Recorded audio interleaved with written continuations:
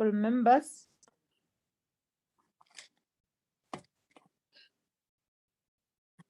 Good afternoon. Afternoon, Comrade Chair. Um, You will give us bonuses to make us weak. Recording in progress. yes, we will do that, DM.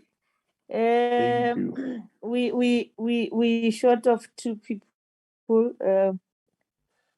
to join. Mvana has joined. We need 1.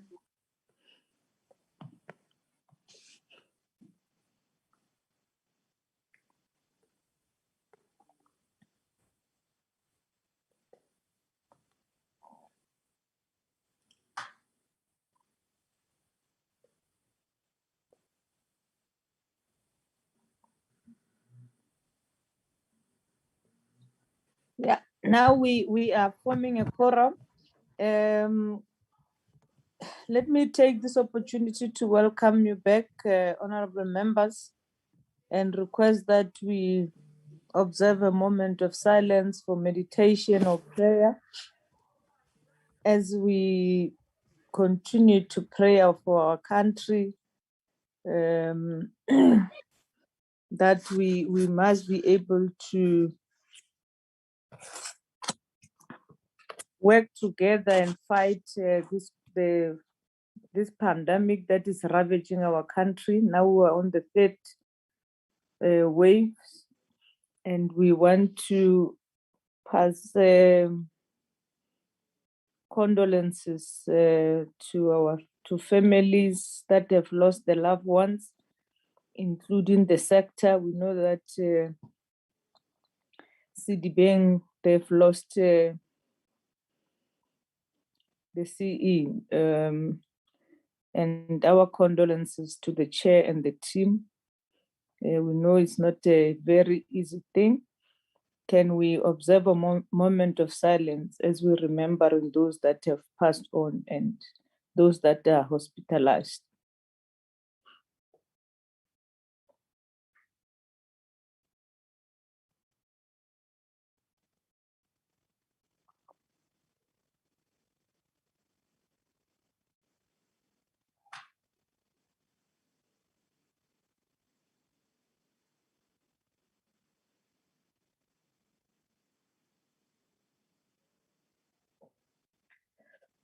Thank you very much. Chair, you are forgetting a very important thing. The country is burning, and you are not saying we must pray for the country as well. We must say no to the looting, and I agree with you. We must pray for the soldiers and police to arrest the looters and put them behind bars.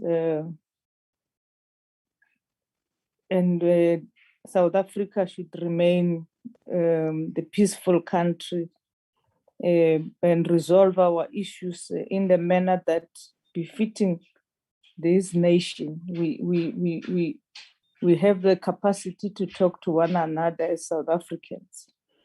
So violence, no violence. We should condemn it. I agree, Honorable Mhlatuze. And it must not only be regarded as lootings when it's done by the poor civilians.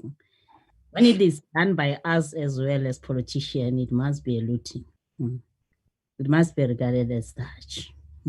We are part of the people, and as long as a mistake that we must never do is to separate ourselves from the people. When we say people, we're including ourselves, because you might find that there are politicians there who are looting. Unfortunately, we are in the meeting, cannot join them, those looters. I'm just saying that we should, when I'm saying people, we are including ourselves. Everybody, looting is not acceptable. That's why we encourage those that have got powers to arrest those that loot. Can we then proceed to receive apologies?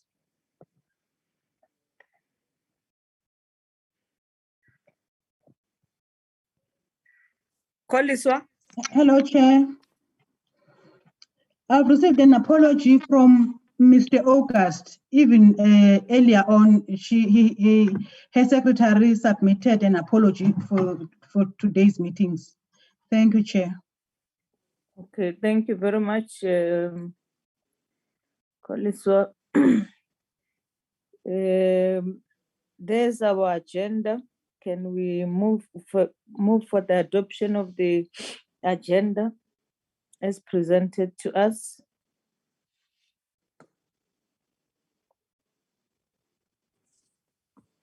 I move, Chair. Tseke. Second move. Can I get the seconder? Nancy seconds. Nancy second. Thank you very much. Mr. Person, you're so quiet. Mr. Person? I'm listening to you guys. Thank you. Well, Thanks, Chair. I only need to speak when I want to speak. Heard his voice. Why are you a listener? You are missing your voice, man, Mr. Just Person. just say hi to all of us. Yeah, He must greet us properly. We want to hear his voice, Chair. Definitely. Hello, One by Minister, how are you? one. Fine, One by and one. how are I'm fine, Manit. How are you? I'm fine, thank you, man. I'm still well, and I'm hiding from COVID. Oh, Please keep safe and Yeah, get your your side. injection. Get your Okay. vaccine. Okay. Go and vaccinate. I've already vaccinated. I'm waiting for my second one. Oh, okay. Ah, All right. Take care. lucky you, Lucky Honorable you. We Person. still can. Yeah, I think the older people are lucky. Yeah. Okay, let's proceed, honorable members. Let me take the opportunity, DM, to welcome yourself and the department and the water boards that have joined us. We are going to consider the annual reports from Mhlatuze water boards, Overberg water boards, and Sedibeng water boards. And we should emphasize that please let's respect time. DM, we rely on you to direct your team to respect time. Please. Purpose, right? You don't want a customer phoning into the call center saying, "Oh fuck, I can't get onto your WhatsApp channel." We should know that before that happens. Can we mute? Can we mute, please? That's the context. What I'm showing you. Who's this one? Mr. Commerce CloudWatch. It's Mr. Benjamin, the chairperson of Overberg. He needs to mute.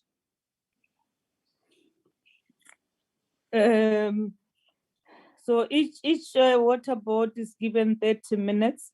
If we can please try to stick to that, it will be very helpful to all of us. Let me take this opportunity, DM, to hand it over to you and your team. Thank you very much, Your Excellency Chair, to all honorable members, and to the leadership of our 3 water boards, led by their chairpersons. Mhlatuze Water is led by the chairperson, Mamshange, is supported by the acting CE. She will introduce the team. And then Overberg Water Board is led by the chair, Mr. Benjamin, supported by the CEO, Usheng Babu Telezi. And then Sedibeng Water, we have the chair, Babu Siengo, and the acting CE. They will make a presentation, and then the department, we still have the same team led by the acting DG, Mam Debra, and the team that is with water boards, and the COO, they're all here. We will start with, we are going to request that all chairpersons and CEOs, please just note that the chairperson are expected to give their overview in about 2 to 3 minutes or 4, so that the CEOs don't exceed 25 minutes because we have only 30 minutes to make the presentation. And we'll remind you if you are not keeping your time. But we'll ask the first presentation if Kodiswa, we do have the co-sharing. Mhlatuze Water Board, Mamshane can start, introduce the team and just do her remarks in about 2, 3, 4 minutes. And then the acting CE that they take the non-financial information and that is the performance information, including the financial information. This is what is most important. With your permission, Chair, I will hand over to Mamshane and then we'll start monitoring the issues of time. But let's start to beam their presentation. Thank you. Then they'll be followed by Overberg, Mr. Benjamin and Sheng, and then you will follow after that. Thank you. Thank you very much, Minister. I'm from Mhlatuze Water, and I'm leading the team led by Mr. Swaswantloro, who is the acting CE because our CE is on leave. Babongile Mnyandu, who is our CFO. Stefan Bota, who is strategy and business development. So that those. Sorry, Chairperson, can we ask members to show their faces, please, for the camera? Mamshane, let's just show the face when we start for just about 30 seconds, then we can proceed. Just from monitoring. There I am. I don't know whether you can see me. I'm just from monitoring the residence thing, so it was very cold outside. I don't know whether I'm visible. You are not visible.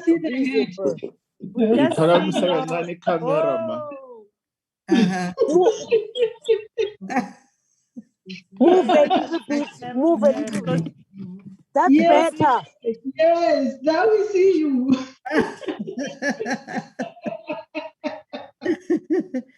Okay, thank you very much. So I can switch off the camera. We have been monitoring the neighborhood, and it has been successful so far. So it was very cold outside. Thank you very much.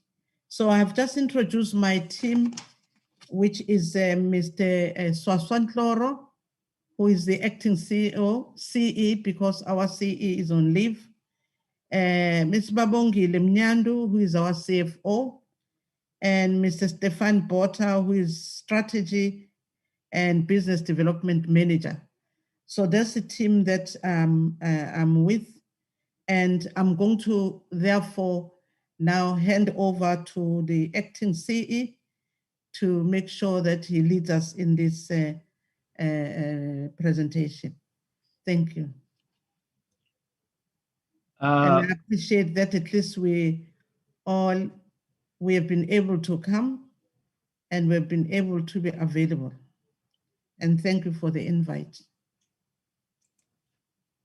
Thank you, Slalo. Greetings to the DM, the chairperson of the committee and members. I am not sure. Just show your face then before you switch it off. Okay. DM, I wanted to do a disclaimer before I show my face because I didn't expect to be seen, so my dress code might not be appropriate. But this is how I look in real life. Chair, we are going to briefly take you through but CE, you knew that you were going to address the portfolio committee, most. I knew Salo, but I thought I did not anticipate that I'll be shown on video. So I did not put my makeup and everything, so I really apologize. We are thank you. Proceed, we are going to find you. Noted, sir. We are going to briefly take you through our presentation, sharing our vision, our mission, our mandate, and we're going to spend... Remember, we have 25 minutes left. Yes. Yeah. And then we're going to spend a bit of time on the operational performance and financial performance. So my colleague, Mr. Stefan Buerta, will then deal with the details, DM and Salo and the members. Thank you. Stefan?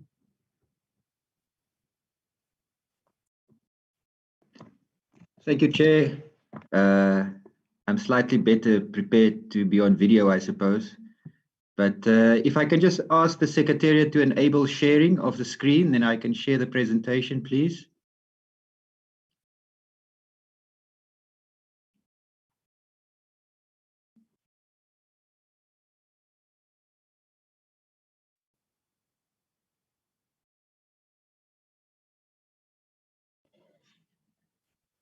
You are safe now, Stefan? No, it still says host disabled participating from sharing the screen, so I cannot share the screen. Chair. No, you are a co-host now. You can share a screen. Okay, there we go. Okay. I'm sharing the screen. Is it visible, Chair? Yes. Yes, it is. It is. Thank you. I'll start the presentation by just going to the vision. I'm not going to waste a lot of time on the vision. I think it's self-explanatory in the documentation in front of the committee. The mission is also self-explanatory. It's just for information purposes. And then the general information and mandate of the board of Mhlatuze Water. The minister appointed the board on a 4-year term on 5 December 2018. So this is the 3rd year in office. Just to give a bit of background on the governance program that relates to the annual report and the business plan. Mhlatuze Water submitted its business plan and the 1920 financial year, and specifically on May 19th to the department, which was in compliance with the requirements. And then it also submitted the annual report as required by law on the 30th of October 2020 amidst the COVID-19 challenges, but the entity managed to submit its annual report on time with no extensions whatsoever. The result of the audit, Chairperson, was that it was a clean audit with no findings on either financial, legal, or non-financial matters. The slide presented to the committee is just a bit of history to show where the entity came from. 2 qualified audits preceding an unqualified audit in 1819, and then a clean audit in 1920. The percentage board attendance was 84% during the year, and the table there also show the attendance of members throughout the year. Some of the governance structures in place in Mhlatuze Water, as the minister, as the executive authority governed by the Department of Water and Sanitation. There's the board itself, and then there are a number of board committees, which is audit and risk, finance, human resources and remuneration, social and ethics, and service delivery. And then there's the executive committee headed up by the chief executive. And underneath there are a number of management committees that operate. There are also certain governance structures on the right, which is internal audit and control, risk management, declarations of interest and code of conduct that governs the organization in keeping it honest.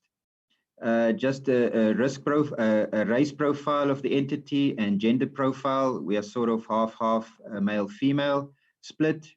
And then the race profile, you'll see representing the profile of South Africa as it is there. Chair, overall performance for the year ending June 2019 was at 66%. June 2020, sorry, was at 66%. On the shareholder agreement specifically, performance was slightly better. The areas of underperformance, one cannot really ascribe it to COVID-19. There were a few targets that were affected by COVID-19, but they were in the minority. Largely, the areas of underperformance was around budget expenditure and completing projects.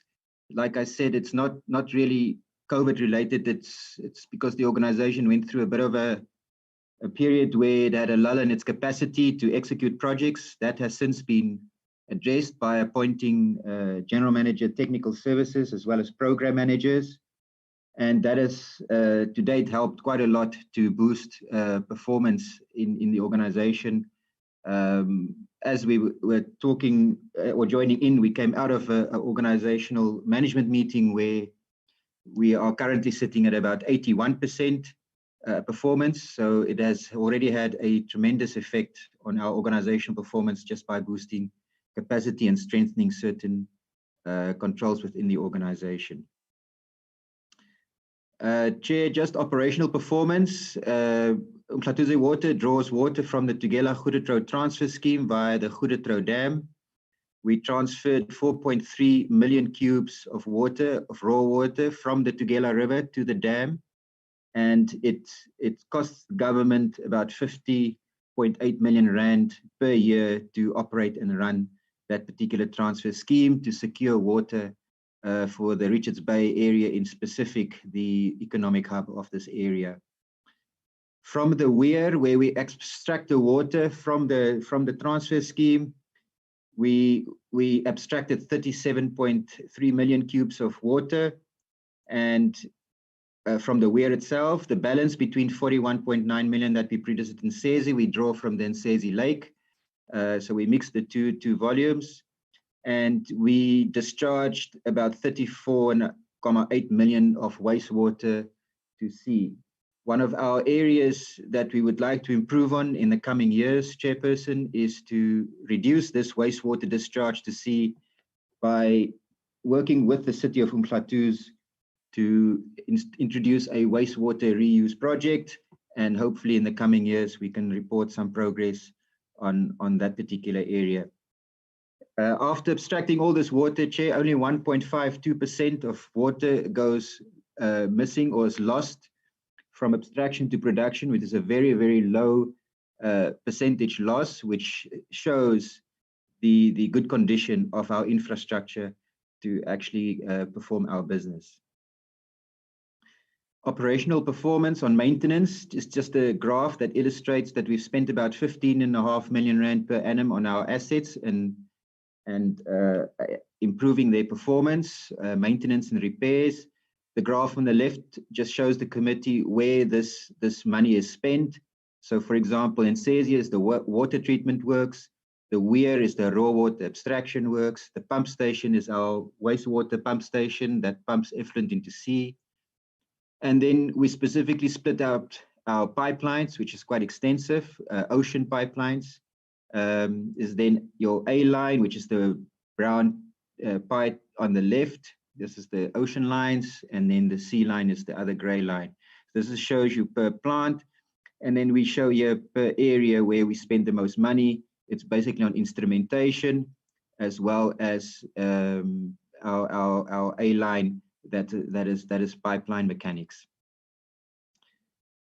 Chair, during the year we had 0 disabling injuries that we reported, which we are very proud of, meaning that no person was injured to a point where it had to take any time off work or had any fatalities in the workplace.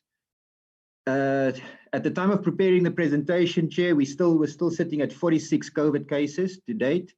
But now, since the presentation, I think we had 2 additional cases, so it brought it to 48 cases at Mhlatuze Water since COVID-19 took its effect in this country. We had no fatalities in the workplace or any of our staff succumbing to COVID-19, which is very positive area for us. We had 4 environmental impact incidences where our infrastructure failed and caused material spillages into the environment, especially on the wastewater side. And we record them in these tables in our annual report as well. It was an offshore spillage out of the A line where there was a hole in the infrastructure, and that has since been repaired. The effluent spillage at the seawater intake, which is assisted to the one at the top, where water spilled into the harbor when there was an unforeseen power failure. And we are now introducing backup power supply to that particular pump station in order to mitigate future spills. And then there were 2 incidences of a similar nature where there were breaks in pump lines, which caused severe environmental damage, where gypsum spilled into the environment. And those have been repaired, and continuous inspection is now conducted on that particular stretch of the pipeline in order to prevent further breakages in infrastructure. And then there was a spill at the Mondi collecting chamber where the effluent is pumped into the chamber. And that matter has been addressed in working with Mondi to reduce the levels of the effluent into their own emergency ponds. Chair, on our technical report for the year under review is that most of the projects we have started have been completed. Projects that are undergoing or that started in that year is the Incidences augmentation, which we want to increase the capacity of the Incidences water treatment plant for future growth. That will, the design has happened in that year, and to date we have started with construction of the pipelines. The Mhlatuze Wetland Park project, small project, but we have, at that time it was still in progress. I think we have concluded it by now. We are still running the Jozini water treatment works on behalf of the Mhlatuze district municipality, and that scheme supplies about 134,000 households north of Jozini.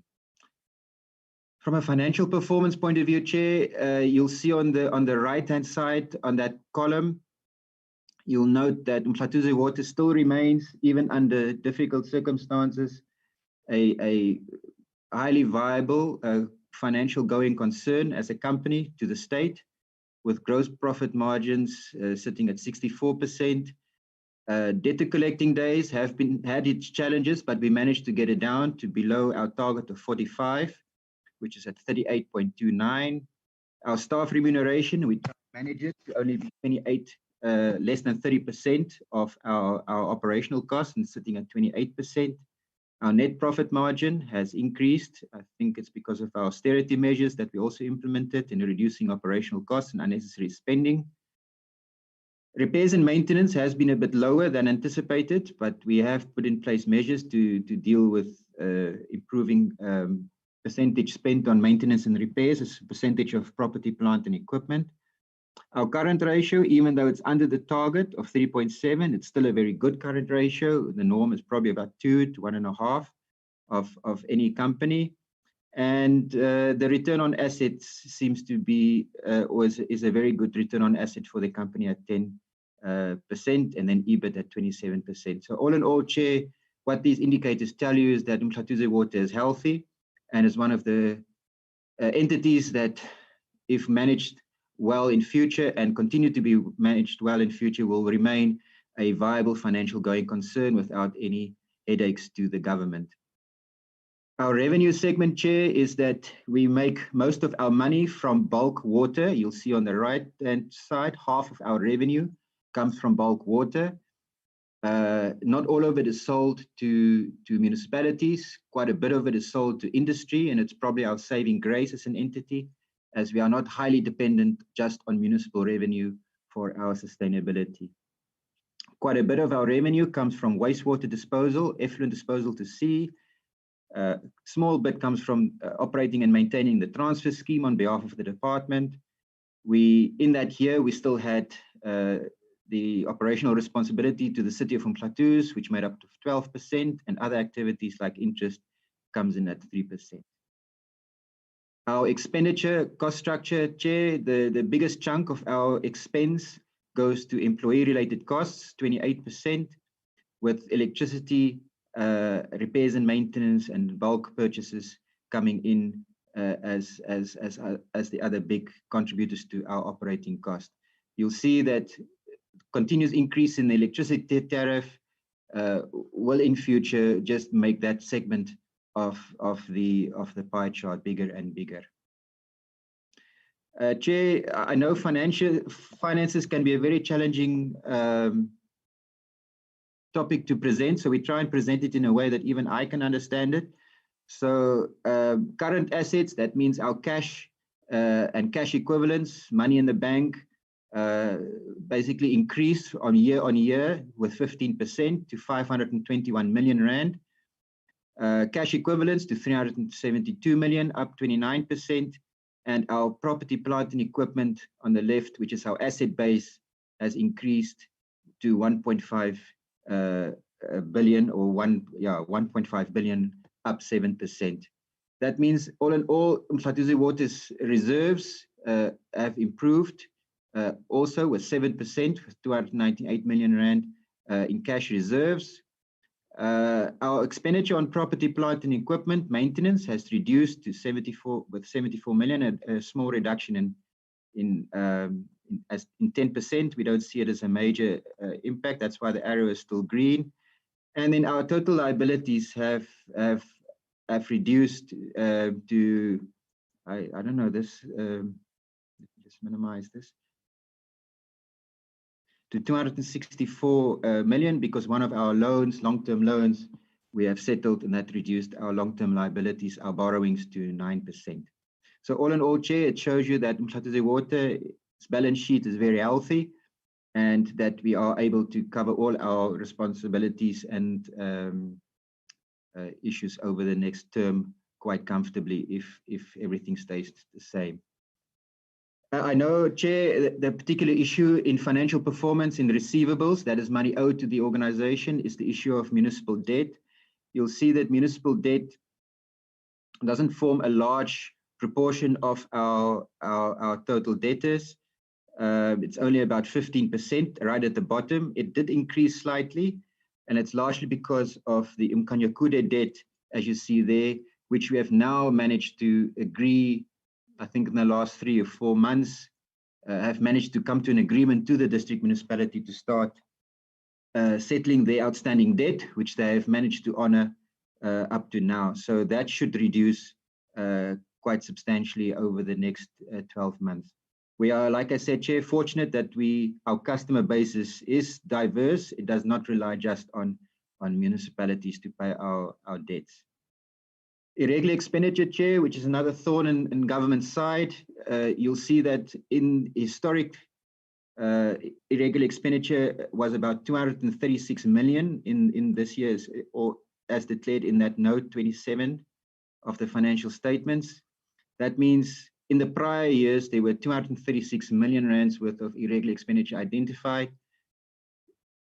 Added to that was 824 million rand of prior year irregular expenditure, meaning that as we continue to investigate and look into historic transactions at Mhlatuze Water, we managed to find small irregular expenditure transactions here and there, so we add them.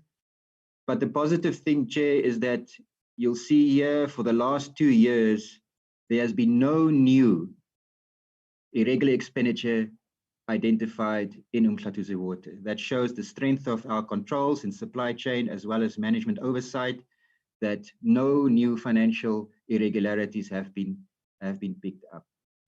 Chair, just to take you through what are we doing about that 236 million rand of irregular expenditure.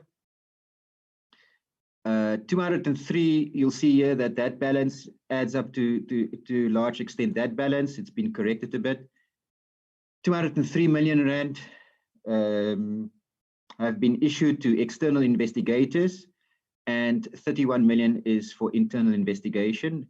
The 203 million rand was given to external investigators on the suspicion of fraud and corruption or fraudulent activities that took place. And you'll see of the 203 million, so as you follow it down here, 166 million rand were investigated, and we have not submitted any of that for condonation. And because of the existence of fraud and corrupt activities, we identified 80 million of the 166 million for possible recovery, as it is most likely to recover those. And we have appointed attorneys with the commencement of these processes, and to date, 4 cases have been opened at SAPS at the Hawks for recovery. We have submitted some amounts to Treasury for condonation. Some have since been condoned, some have not been condoned due to some other reasons that Treasury felt that we need to implement, and we will respond to them. And that adds up to 203 million rand. Chair, I thank you. That is the presentation. I hope I've stuck to the 25 minutes. Thank you very much. Thank you, Stefan. You finished 5 minutes before the time. And Bamashiko, these are the people who did that atmospheric water solution. We'll request the leadership of Overberg to follow now. Mr. Reddy and Raham, and then Buthelezi to do the presentation. And the chairperson, please introduce the work, and then not more than 4 minutes. And then the presentation. In total, we have 30 minutes. Before 25 to 5, we should be done.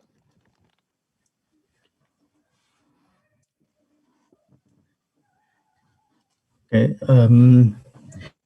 We're also grateful for the latest rain in the Western Cape. This being said, good afternoon. Your face, sorry, Mr. Benjamin. Okay. Yeah, that's is that better? Yeah. Okay, apologies for that. My PC is leaning over. Let me start again. We are so grateful for the latest rain in the Western Cape. This being said, good afternoon, and thank you to the chairperson, members of the committee, deputy minister, chairpersons, and CEOs of and staff of the other water boards. I am Razin Benjamin, chairperson of Overberg Water Board. I'm joined on at another location by the CEO, Mr. Pakamani Buthelezi, the CFO, Mr. Norman Dow, and the acting COO, Mr. Anthony Lotz. I'm going to hand over to the CEO, Mr. Pakamani Buthelezi, who's going to take us through and give us a brief background on what Overberg Water is all about, some performance information as well as financial information as requested, and any other information that we thought pertinent for this committee to hear on. So that being said, thank you very much for this opportunity. I'm handing over to Mr. Buthelezi, who's got the presentation on the screen already. Thank you. Thank you very much. I'm not sure whether my presentation is visible. The presentation channel is on the screen. Thank you very much. Just to show my face. Yeah. Yeah, him. Okay. So, okay, show something. You can proceed. Okay, thank you, Minister. This is our presentation for 2019-20 financial year. Oh, why is it not moving? Okay. I would not cover everything here. I will try to be as brief as possible. I will try to be as detailed as possible within the shortest number of words to use. I think we are presenting this to the portfolio committee to communicate our performance for 2019-20. And then the Overberg Water, as we all know, is one of the smallest water board in the country, but with a big impact for what we have done over the years and what we're still going to do for years to come, because we've got our growth path strategy in place. This is just an overview of our functional structure, but we would go there, and then this is our kind of organogram that we have that details the performance that we've achieved, which is sitting at 72%. We cover a vast area of supply of 6,000 square kilometers. In our pipeline network, it's 1,450. We exist in the Western Cape province. However, we are currently within the Breda Horris catchment management area. The intention is to go over and cover the entire combined catchment management area, which is a water management area, which will be called the Breda Horris, the Breda Olifants, as part of our growth path strategy. This one shows our area of jurisdiction currently. These are the areas where we find our pipeline networks, and we think we can cover the entire area, including more areas that we have identified in terms of our strategy. This is just show that we covering the small portion of the population, but our capacity is quite bigger that can cover more, Hence, we're in negotiations with existing customers to cover all our areas. I think it is important to state that we have our own challenges, such as the ones that are stated here. I'm not going to cover everything there. What is important is that, as similar to all other water ports, we've got our aging infrastructure challenges that we have to deal with, but due to limited funding, we are doing all what we could to ensure that our infrastructure delivers what we want to see at the end of the day. We are also 2/3 of our pipeline network is asbestos. We're currently investigating affordable replacement mechanisms so that we are sensitive to the impact of asbestos.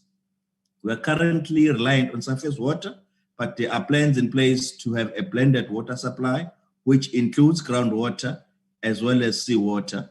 And also we have seen that Eskom energy levels, our cost drivers, we're now investigating alternative sources of energy. That's what we want. And of course, one of the challenges that we're currently facing is that there's a possible water service provider that could be introduced by the Garden Route District Municipality, which is wants to take over some of the areas that we are currently providing. But we think that will have an impact on our growth path initiatives, but we are ready to deal with that when it comes. Coming to our performance information, judging from where we're coming from, where we are today, as much as we would have loved to achieve 100% performance, however, we've managed to reach 72% for 2019-20. We think for this 2021, it's going to be much higher than what we have due to the improved control environment that we have covered over the years. Our main challenges were mainly on technical services because we are quite a small water port. At times it's difficult to attract the right skills, and also those right skills stay longer to retain them in our institution. The other thing is that in terms of our targets, like for example, in one of the number 3, the percentage of compliance with water quality standards, we set ourselves 95%, but the actual was 98, but the actual percentage was 95. But the percentage as stipulated is 95%. We try to outperform our own performance as a water port. But the main challenge is mainly on our technical services. We are struggling to recruit the right people. Hence, we find that in certain areas we do not have the maintenance plan completed or updated due to the technical challenges that we have. But it's something that we are currently addressing. Coming from the financial point of view, our current ratio is very good. Our target for 2019-20 was 2, and then the actual was 3.14, which shows that we are a financially held institution, irrespective of the size of the entity, and that we have introduced a very good internal control systems in place. You'll see later when we come to the audit opinion. I think I would also state that we have 2 primary municipalities in place, that's Esekwa, as well as the TWK, Waterscliff Municipality, and individual farmers. And on top of that, we've managed to secure a very good contract from the Department of Public Works and Infrastructure, where we are taking care of the water services in the prisons. So now the intention now is to cover all the prisons in the Western Cape. That is the other aspect that we're doing, while we're also trying to secure additional contracts from municipalities like Beaufort West and the rest, including the Swartland municipalities. So these are some of the initiatives that we're having. But I think I must also state that the COVID really affected some of our performance areas, such as the production of our newsletter as well, and then delivering on water conservation and demand management initiatives. But it's something that we found creative ways of dealing with in this year around. I think we have a fairly stable labor force. Our turnover is less than 10%, which is very good because it shows that as much as we are struggling to find the technical expertise, but generally we do retain those that we have in our system. We are currently implementing an ERP system that would replace the Promoon, which would make our automation insofar as financial processes and overall business processes are concerned would be improved. I think that is overall on the performance. And then it is also important to note that over the years, coming from 2016 up to now, we have been keeping unqualified audit opinion. I must say, firstly, this year for 2019-20, our draft opinion was a clean opinion, but when it goes to the head office, which is in Pretoria, then it was changed to be a normal unqualified audit opinion. But we have not given up. I think we are trying to live up to the expectations of our minister. Deputy Minister once said, "You have been getting these unqualified, now we need to get a clean audit." We tried our best, but Pretoria says, "No, you're not yet ready. Work harder in order to get it." I think coming to our financial statement, as I've said, we are not really a big organization. You could see what is our revenue was 68 million rand, and then you could see what was our surplus. At the end of the year, it was 3.3, which is not as much as you would expect from Waterport, but we are remaining financially healthy. And I think with the additional projects and also with additional municipalities that we're aiming for, we would improve our financial statement. I think it is important to say that our revenue has increased by 22% due to tariff adjustment, as well as DW project and tanks. We are also increase our potable water sales due to the filling of critical vacant posts, as well as DW project and increase in chemical cost. I think if you look at this one, it shows that the revenue performance has been improving over the years. So we think as we capture more, or rather as we obtain more contracts from various municipalities, our revenue would increase. You also see that our cost of potable water, they are also they're kind of a challenge, even though for 2016 they were quite high. We did our best to reduce it, but due to COVID, then we've seen the trend that's slightly going up, but we think it will go down again so that we manage our cost. Our operating expenditure, as you could see, is increasing, and then our surplus as well is doing well as a water board. And then our gross profit margin is very good. It shows that it confirms the same statement that I've mentioned earlier on, that we are a financially healthy institution. And then the gross profit margin confirms that. For this year is sitting at 47%, I think, which is not a bad idea.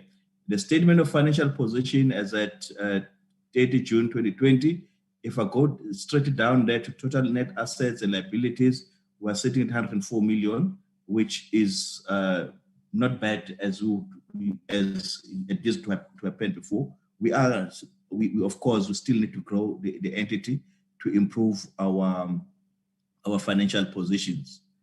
The non-current assets decreased by 2% due to assets being depreciated, and replacement is not enough as the tariff does not include the capital levy. We have been making this as a proposal to our capital levy. Unfortunately, this has not yet been approved, but we think as more we engage with our parent department and all our stakeholders, they will understand that we have to have the capital levy in order to improve our infrastructure. I think the rest there is self-explanatory. I will simply show you this one, the return on assets, which also sitting at 5%, as well as our current ratio, which is not bad, which is 3.14%. And again, it shows that we are one of the few, or we are one of the water boards rather, which are financially healthy. We have not yet experienced any financial difficulties, despite the fact that the tariff was not adjusted in that particular year. And of course, we do need to work harder to improve our financial situations. Our debtors dates, they've just galloped compared to the previous year, 111. This is due to the fact that we have this project, public works project. In the beginning, the payment was very, very slow. And in certain areas, we had to cross-subsidize in order to ensure that our inmates, they've got good quality water. and the water supplies in prisons, it's not affected by the payment issues. I think this is what has kept us going. When you look at on comments on our key ratios, as I've said, our gross profit margin is relatively better, it's 41%. The net profit margin is 5%. The current ratio is 3.14. The return on assets 5%. Cost per unit 1807, and then average tariffs 9.62. Debtors days 111, creditors days 28, and the cash ratio 1.07. Even though our debtors days are a little bit high, but at the end of the day, we remain financially healthy. The message is that the gross profit has increased slightly due to the inclusion of DW project, as I've said earlier on, and the net profit margin decreased slightly due to decrease in volume of water sold. And of course, when there was a lockdown, our client, the SAB breweries, was not utilizing our water, so people were not drinking enough beer. And as a result, our water volume sales decreased because of that. And then the company, our ability to pay short-term debt is very good, has improved to 3.4%, to 3.14 times. And then our profitability, of course, also is to 4%. I think the rest is just a confirmation of what I've just covered there. Sorry. And then is the statement of cash flows as it shows the operating activities. It also shows that we were unable to reach our target of, I think our target was 2-point-something million rand, but we could not achieve that one because of the tariff issue. But it's now water under the bridge. We have to live with what we have in order to sustain this organization. The net cash flows from operating activities, the net cash flow from operating activities decreased by 25% due to the following reasons: cash paid to suppliers in order to comply with 30 days payment. There were also delays in payment of the DPW project, as I've said earlier on, but that was only applicable in that financial year. If you look at our expenditure outcome, we managed, the actual was 95% and the remaining budget was only 5%. I think we did something good there in terms of spending. Our expenditure was not that bad.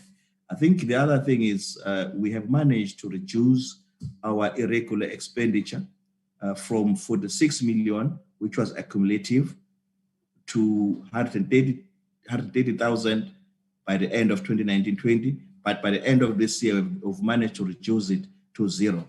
So these are some of the internal controls that we've improved, with the board being our overseer and also pointing us into the right direction. I think on human resources capacity, we are currently at 95 people due to the public works project. We've inherited quite a substantial number of people who are already on this project in our own personnel. I think we are currently focusing more on increasing the female component. In certain areas, there's satisfactory presence of females, but in certain areas, there's not a satisfactory. We are doing our best to ensure that it's addressed. We're also an organization that believes in training people. With the little resources that we have, we prioritize training for our personnel. It's something that we are currently doing, and we shall also continue doing. I think in conclusion, it is recommended that the Portfolio Committee note the Overberg Water Board's 2019-20 annual report. The internal audit function has been established through the outsourcing mechanism. The irregular expenditure was investigated, and consequence management is being applied across, and currently regular expenditure is minimal. And now, as I've said, in this financial year, it's going to be 0. And Overberg Water has developed a growth path strategy, which will take Overberg Water to the next level. The focus has been on internal control in the last 3 years. So now the focus is really aggressively growing the business of Overberg Water, because the internal controls are in place. And we have seen, due to what has been confirmed even by the Office of the AG, also by the fact that we have been getting unqualified audit opinions for the past 3 years. And more importantly, the entity is overseen by a diverse team of board members who are determined to make a difference. And we're grateful that we are where we are today due to the input and the commitment that they have made. We strongly feel that the entity is a strategic resource for current and future water services, not only in the region, but throughout the water management area. And we think we are ready to take the challenges of realizing our good part strategy. I think on that note, Chairperson, Minister, and members of the Portfolio Committee, we want to say thank you very much, Danki. Enkosi siyabonga kakhulu. Really boga. No, thank you very much, and thanks to the chair, you, Dr. Benjamin. You managed to keep time and presented well.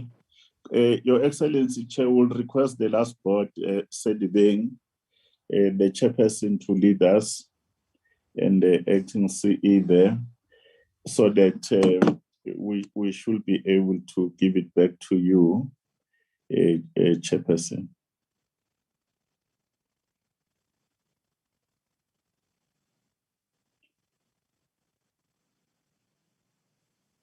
Sedibeng.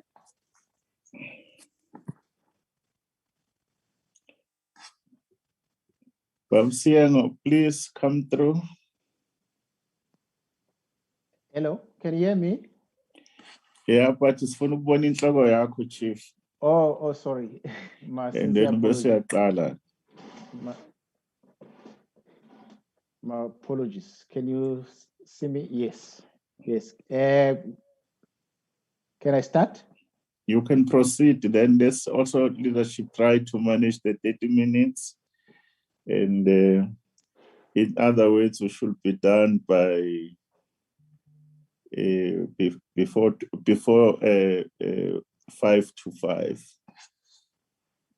Great. Thank you very much. Good afternoon, Chair, once again. Good afternoon, Deputy Minister. Good afternoon, Portfolio Committee members, colleagues from the water boards.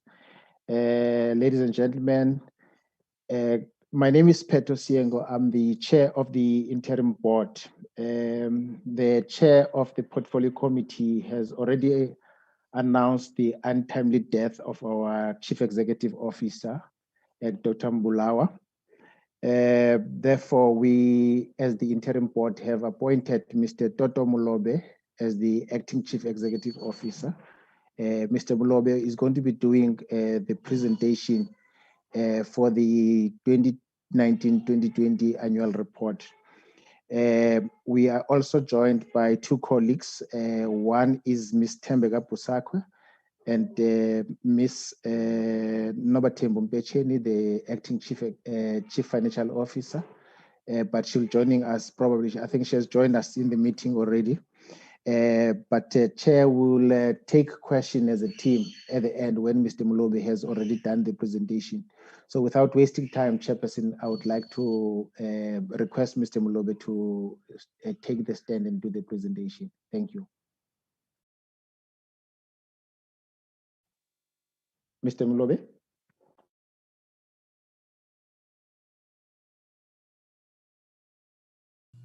Thank you, Chair. I'm just trying to share the screen. I'm battling with this thing here. Just a second.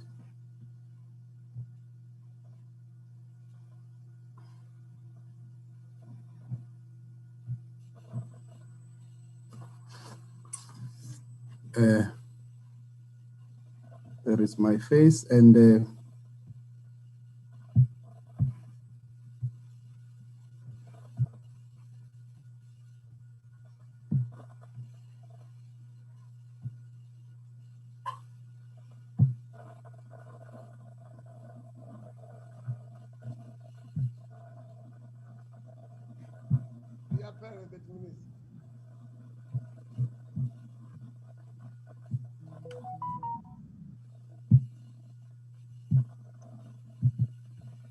Yeah, Pela, 30 minutes. yeah, I'm still trying to share the screen. Do you have the share? Did they give you the sharing right? Not sure. I can't. Yes. Okay.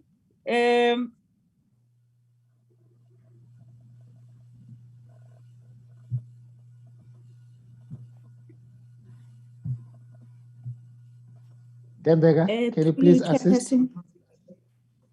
Yeah, If possible, we can. I can write.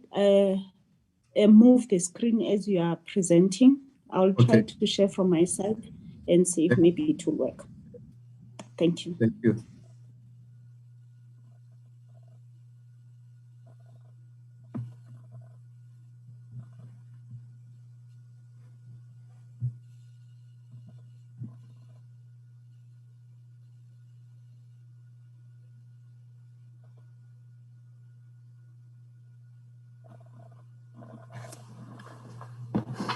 Do you have the sharing right?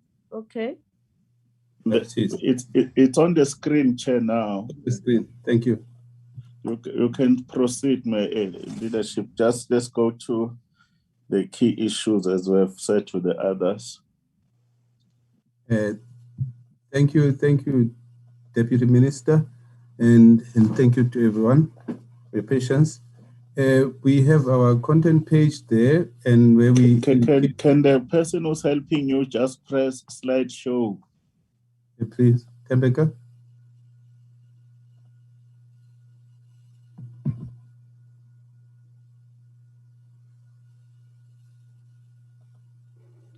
Slideshow in the bottom.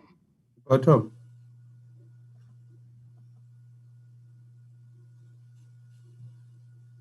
Thank you very much. Can you go to the introduction to the content page?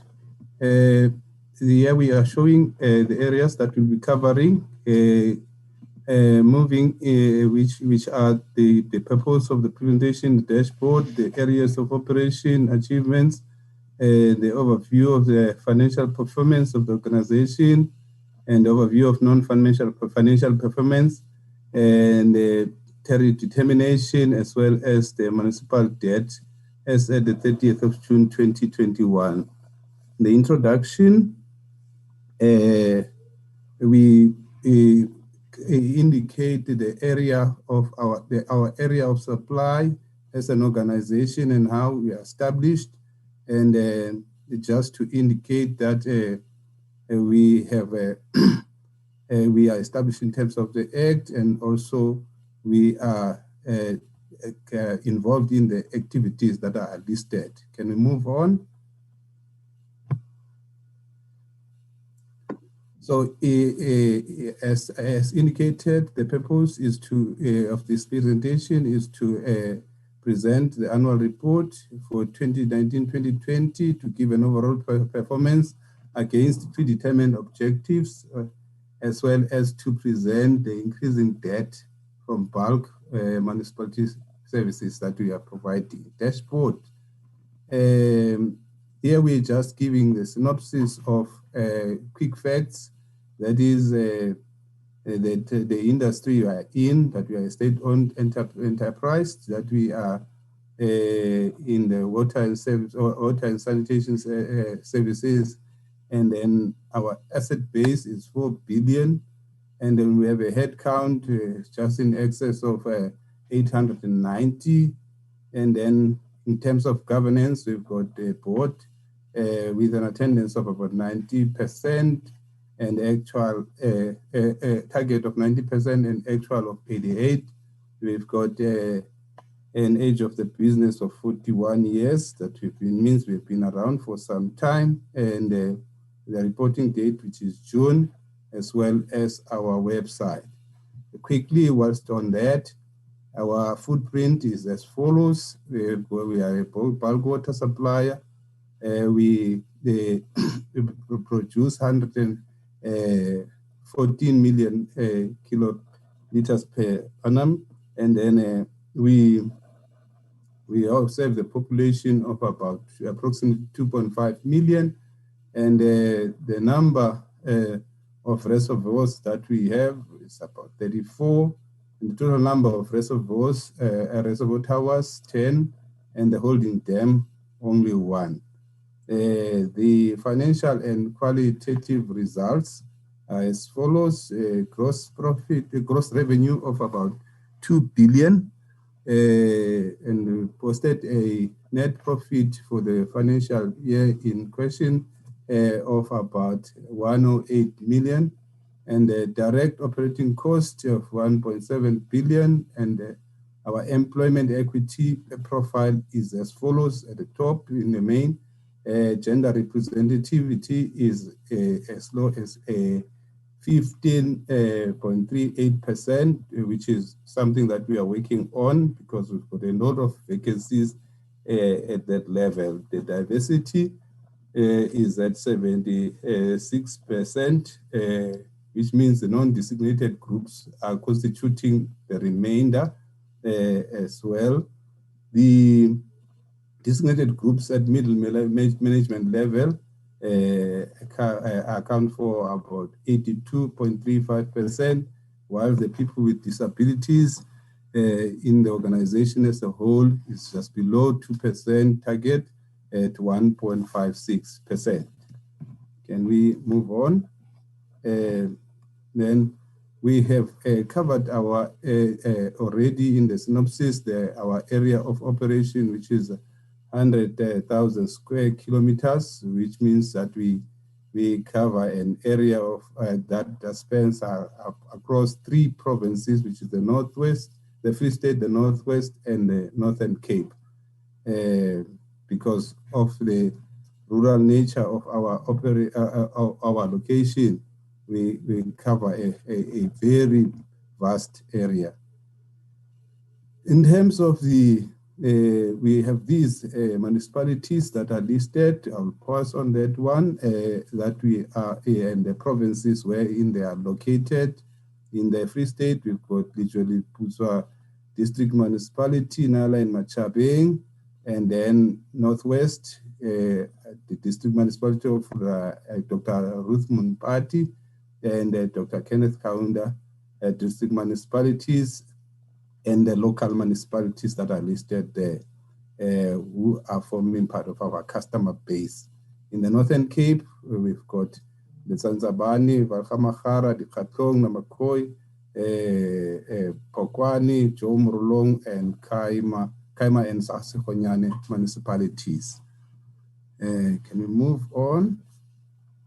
This is the map that shows the areas that we are covering, and then you realize that we covering the green one. There is the former Bela Drift area, and then we've got Wotsilo, which is a bit blue there, and then the proclaimed areas of the Northern Cape and the Northwest, respectively, as well as in the Free State, as indicated.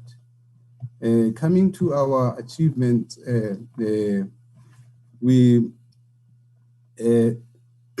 we have tried our best to ensure that we manage a financially viable and sustainable organization, where we prudently managed costs, and then revenue was below target due to less consumption by customers, and supply and surplus target were exceeded due to the realization of deferred income for project funding. Operational efficiencies. On that one, we have a total of about 9.5% of unaccounted for water in the Free State and the Northern Cape regions, where we render bulk supply or water supply services. And then in terms of water quality, we met our compliance standards as per SANS 241-2015. And then our average expenditure on BEE is 90%. In terms of the HIV/AIDS program, we have run awareness campaigns throughout the whole organization, and then we have organized even voluntary counseling and testing for employees during the year under review. In terms of recruitment and development of employees, we actually awarded bursaries of about 82 individuals, and we also funded apprentice and learnership programs for about 14 beneficiaries, and then they were the youth and the unemployed people in our area of operation.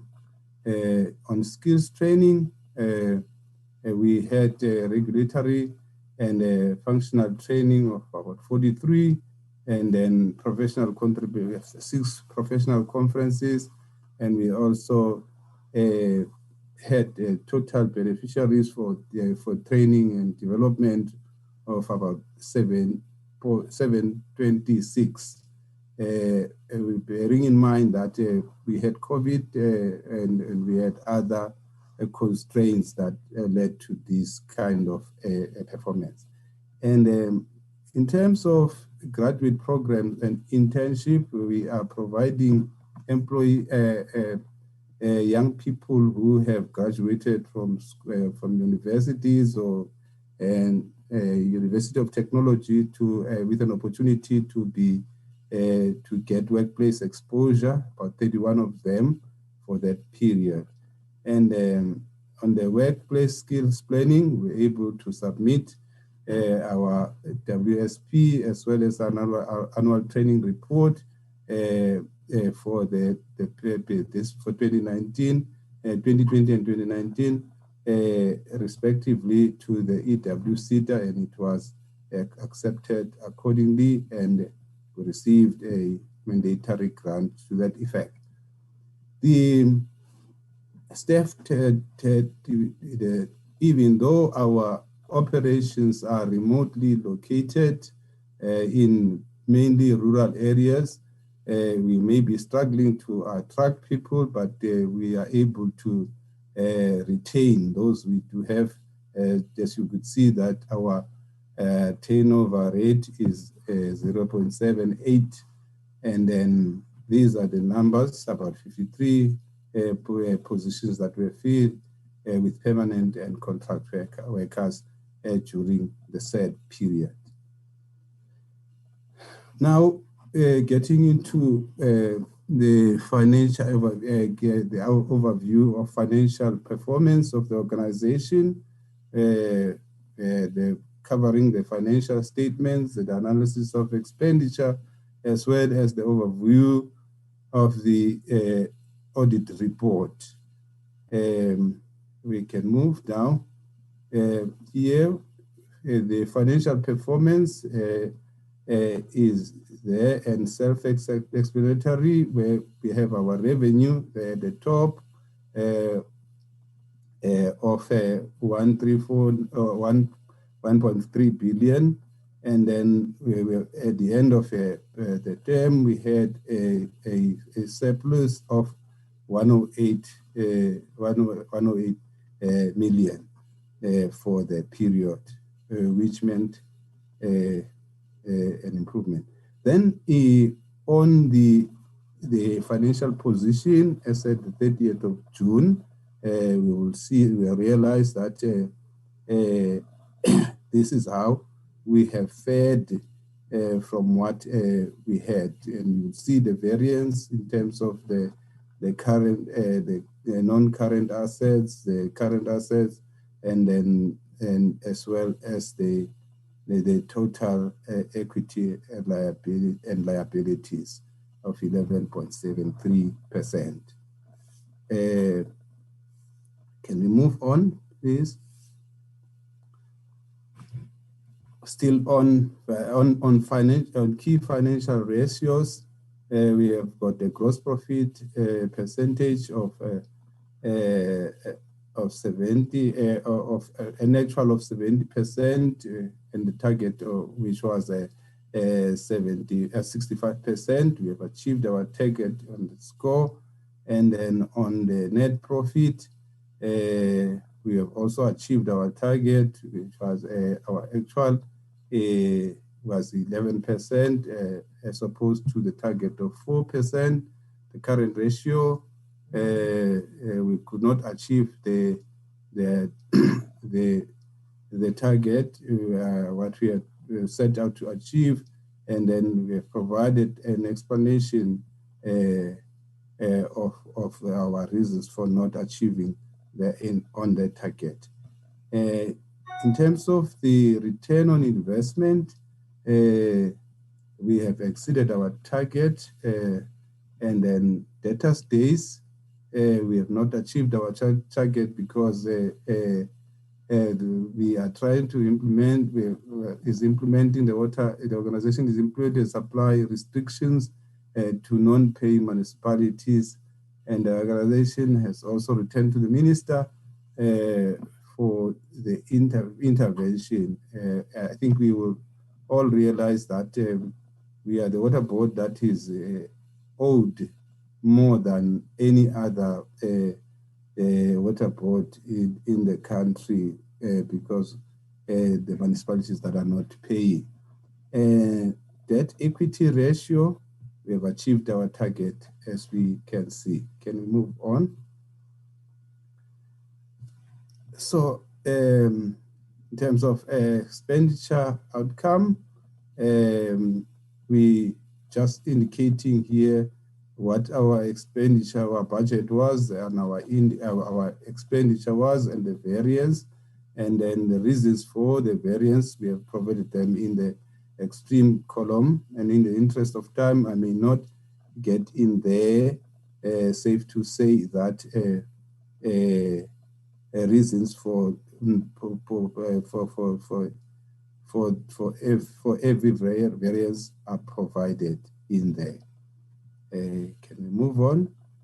The overview of the audit report. We have received a qualified audit over the past 3 years, and it would appear as if there has been no improvement in it, but every effort has been employed. We have made every effort to try and turn around the situation to a better audit opinion as we'll be moving into the following financial year. In terms of predetermined objectives, I think that is self-explanatory. Now, as indicated, there were matters for the qualification matters in the report that we received from the AGSA, and these are listed, so for us to note.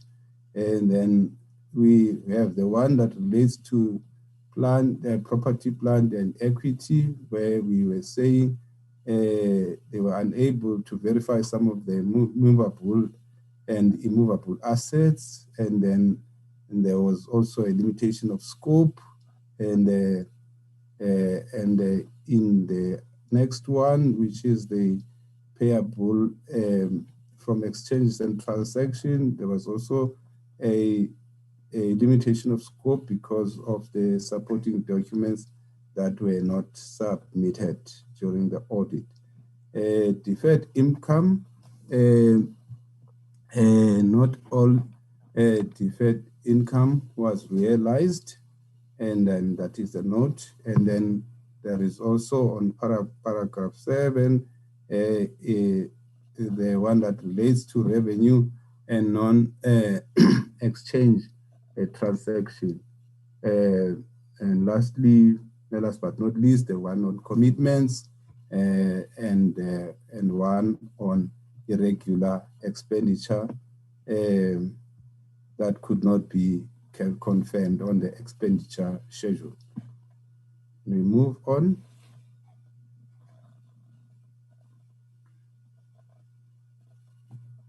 Thank you very much. Then the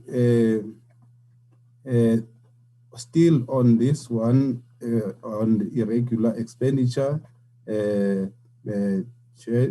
have so we can note that there has been an increase on the irregular expenditure from the previous year, and then there is also actually at the end of it all that the irregular expenditure that is under investigation amounts to 1.1 billion as opposed to 417 million in the previous financial year. So we have provided an explanation of the situation and that something that had led to this kind of a qualification. Right, fruitless and wasteful expenditure as a part of an overview of the audit report. We have our opening balance of 582, and then all in all, the fruitless and wasteful expenditure has increased from 582 to 831, and then also the reasons for this challenge are cited here in our footnote. Thank you. Can we move on to the next one? So then these are commitment analysis, which are standing at 97288, and then these commitments relate to capital infrastructure projects, expenditure contracted but not yet spent at the end of the financial year, as we know that we are an implementing agent on behalf of the department. The overview of non-financial performance. Let's get quickly to the slide. Thank you very much. We just trying to indicate that our strategic objectives are aligned to the national government's medium-term strategic. Try to wrap up, Acting CEO. All right, thank you. Can we move on quickly, Tembikas? In terms of performance objectives, we can note that we have achieved 70% in the previous year, and it was then went down to 44%. And then we have provided the reasons as to for this poor performance. Comparatively, this is the pie chart of the same in terms of our achievement of our targets. And then this slide also talks to the various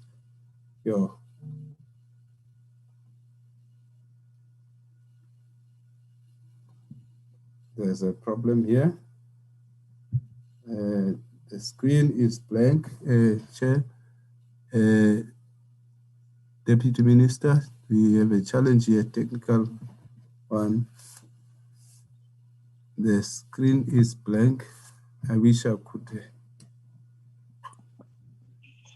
Can we try to help us? It's frozen.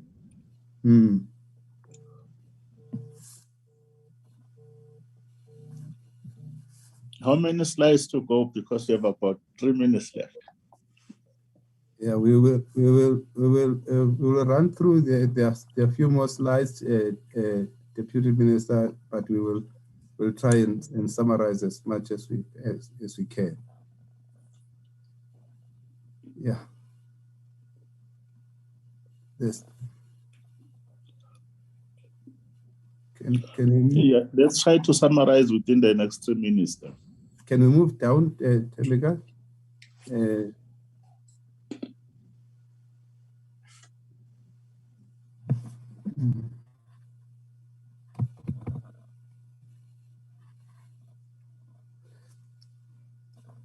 So this slide relates to the tariff increases that we have had during the period, and then in the 2020, 21 and 22 financial year, which were approved. And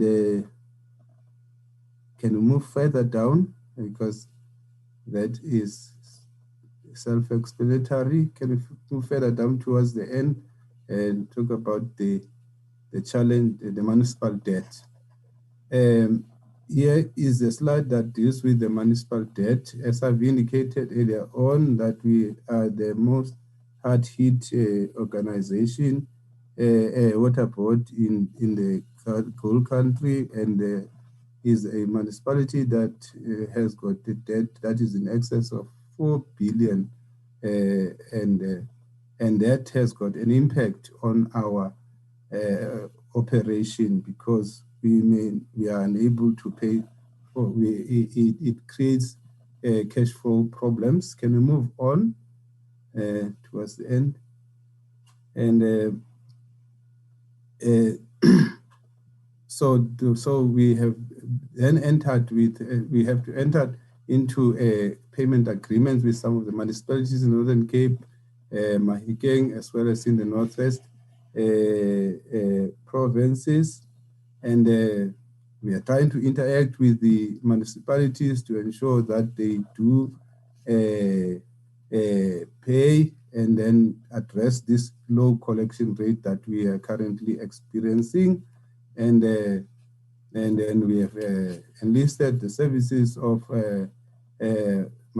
attorneys to assist us in the debt collection, especially in the Sedibeng local municipality. And then we have also problems that are related to payment of services in the Northwest. There is the Dr. Ruth and Nakamudiri Murema municipalities. Lastly, then we have also issued demand letters that yielded some money to keep us afloat, and with the assistance from the minister, from the department, we're able to do some of the things that we need to do in order to operate as an organization. Can we move? These are the challenges that we have indicated. That debt collection is a major problem, and then we've got debtors days that has increased from 971 to 1679 as at the 30th of June. Our cash flow challenges would also mean that we have fruitless and wasteful expenditure as a result of payment of non-payment of creditors, and then we also have legal exposure because we are unable to pay our creditors because of the cash flow problem that we might be having, especially suppliers and also the projects that we are dealing with. Thank you, Chair. Excellency Chairperson, thank you very much. We are heading back over to you. The 3 water pots are done. Thank you, Chair.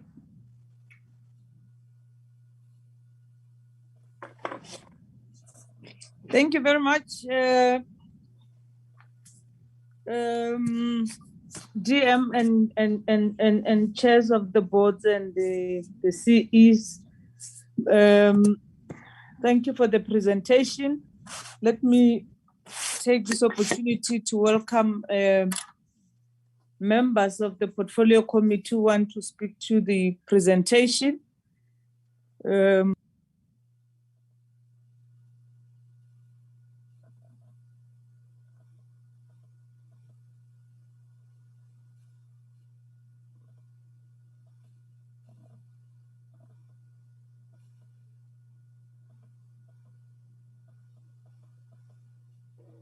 Hello, Chair. Honorable Mhlala, I see your hand. Honorable Mhlatuze. Let me see other hands. Proceed, Honorable Honorable Mhlala, Honorable Mhlatuze, Honorable Mashego, Honorable, yeah.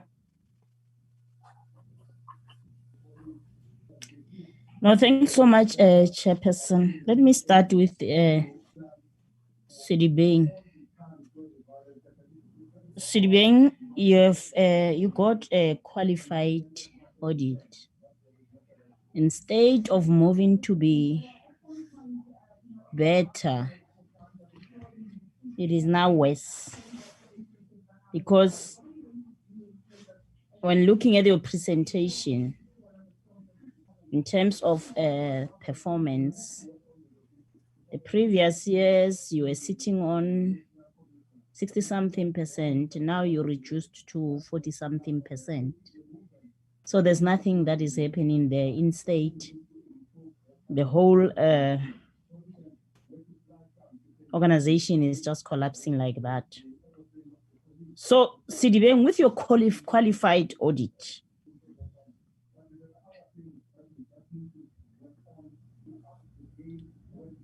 are they financially viable if your current ratio is 1.3? Whereas healthy ratios should be 1.5 to 3. How are you going to address this issue? Once more, Sedibeng, you have been currently owed 4.1 billion by your customers, with the number projected to increase to 7.9 billion. But the Water Board faces a serious problem with regards to debtors and creditors.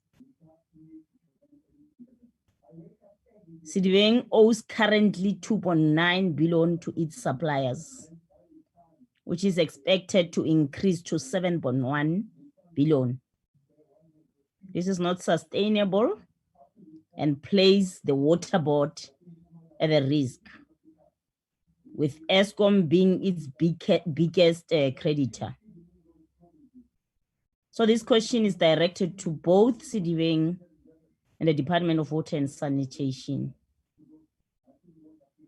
It is as follows: is this Water Board not then financially viable to carry out its project? Chairperson, my question also goes to Overberg Water Board. My question is, what is the nature of your investment which are generating the substantial interest? The second question is, irregular expenditure of 130,000 for Overberg relating mainly to non-compliance with Treasury regulations, deviation not justifiable, and goods, works, or services were not procured through a procurement process which is fair, equitable, transparent, and competitive. Can we get an explanation with regards to that? Why? Why deviations? Why all those non-compliance with the Treasury regulations? And lastly, I'm going to go to Mhlatuze.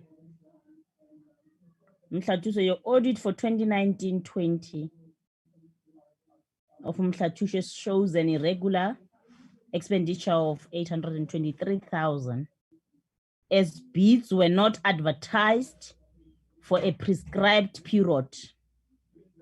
So we need also details with regards to that. Can we get an explanation? What happened? Why did such happen? Lastly, the question to the Department of Water and Sanitation. Some water boards are considering applying for a draft tariff to assist to boost revenue. Is the Department of Water and Sanitation including a draft tariff methodology in the norms and standards so that these are properly regulated? Thank you.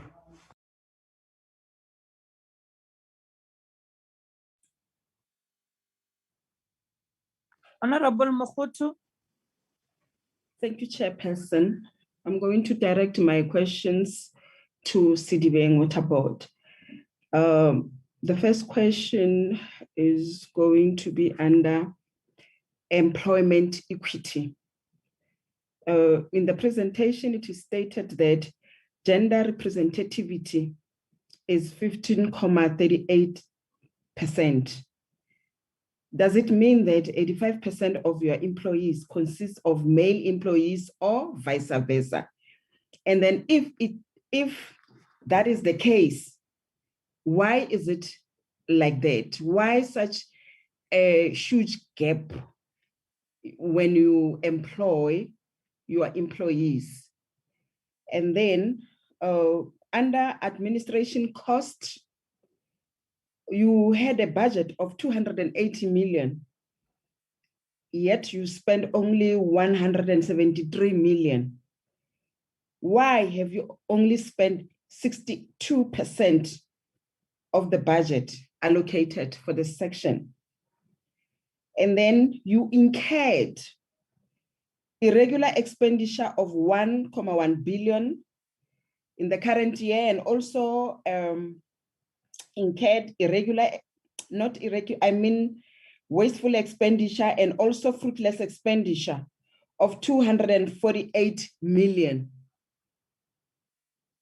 Do you have a plan in place to remedy this situation in future going forward, so that we mustn't experience such waste of tax money that is paid by majority of the working people of South Africa, that expect that money should be used sparingly and diligently so that services should reach the people of South Africa? Is there any consequence management applied to the officials responsible for this irregular, wasteful, and fruitless expenditure which have been incurred? Thank you, Chairperson. Chairperson, thank you. Thank you very much, Honorable Mashego.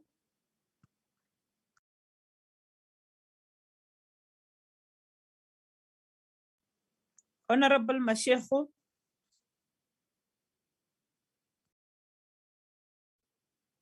Thank you, Chairperson. Thank you very much. I might have a difficulty here. For whatever reason, there's a lot shedding in Bushbuck. I don't know where does it come from, but it is happening here. And you need to take your vaccine, your coffee. Hey, kuni cough wena mahlobo man.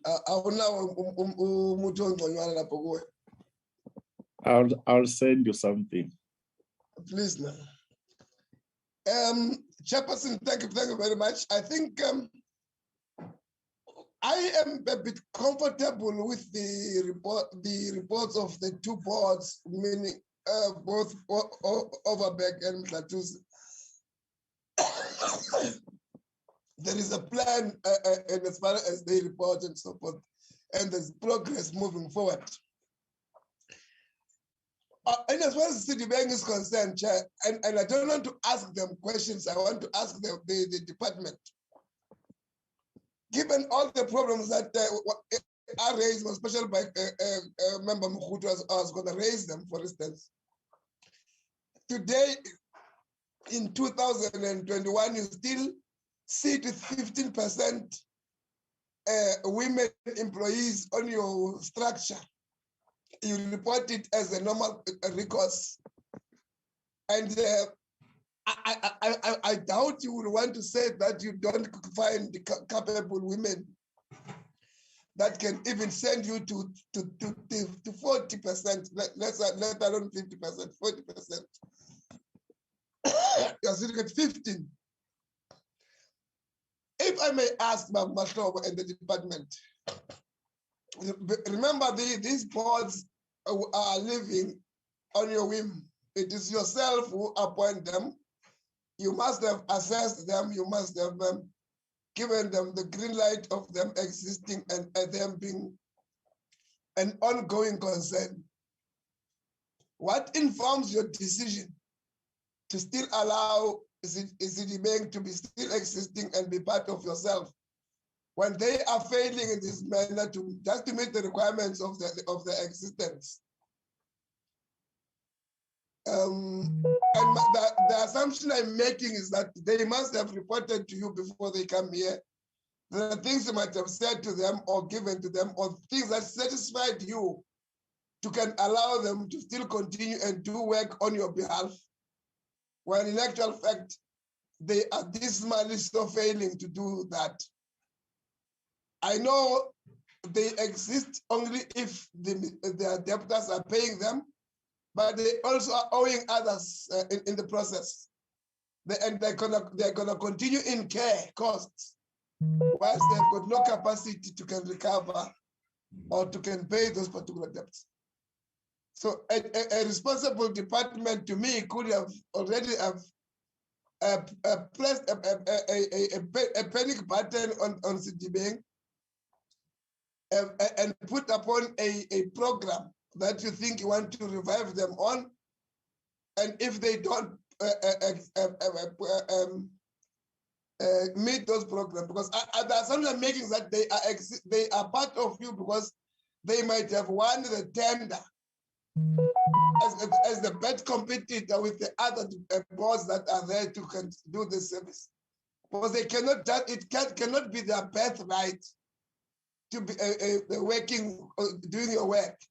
It can't be the birthright that they are being given the work because they exist. Therefore, you have got no option but to give them work. There are other departments, there are other boards that can do this work, that can do better.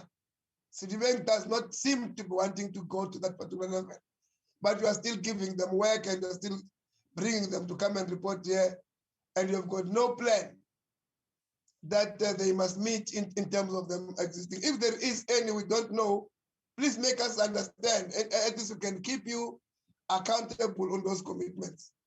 Otherwise, where I'm sitting, I want to agree with the member Mhlatuze that I doubt there is a company or an institution called Sedibeng existing meeting the standards of the board. On the other two boards, as I'm saying, I can see there's life there. People are doing. Overberg is doing well. Of course, there are these municipalities that are starting not to pay, and even one municipality that is wanting to compete with them. I think it's something they can deal with, because in their report they show that they are existing. Thank you, Chair.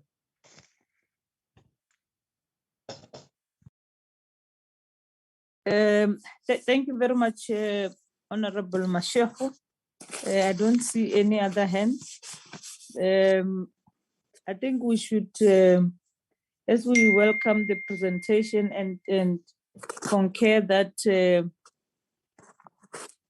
Mhlatuze and Overberg, they've tried their best, though they can still do more. And since the Sedibeng was appointed the interim board, it was worse than this, if you remember. In the last, I think last month or 2 months, there was even the show called Little Last Child, which shows the corrupt activities in one of the areas. Is it Mhlatuze or yeah, something like that. Two, I want to agree with Honorable Mashego, just to check with the department that what measures or what program have you put in place to support, assist the Sedibeng for them to recover, because I remember when they come in, the situation has been worse than this. But just to explanation of what the department has done in supporting Sedibeng, and do you think Sedibeng will ever recover? And if you think they won't recover, what then should be the plan on Sedibeng? And including I remember in their last presentation, they were saying if they were not being paid by some municipalities, they were going to close shop at some point. And today they're still surviving. But just to check, what program as department have put in place, and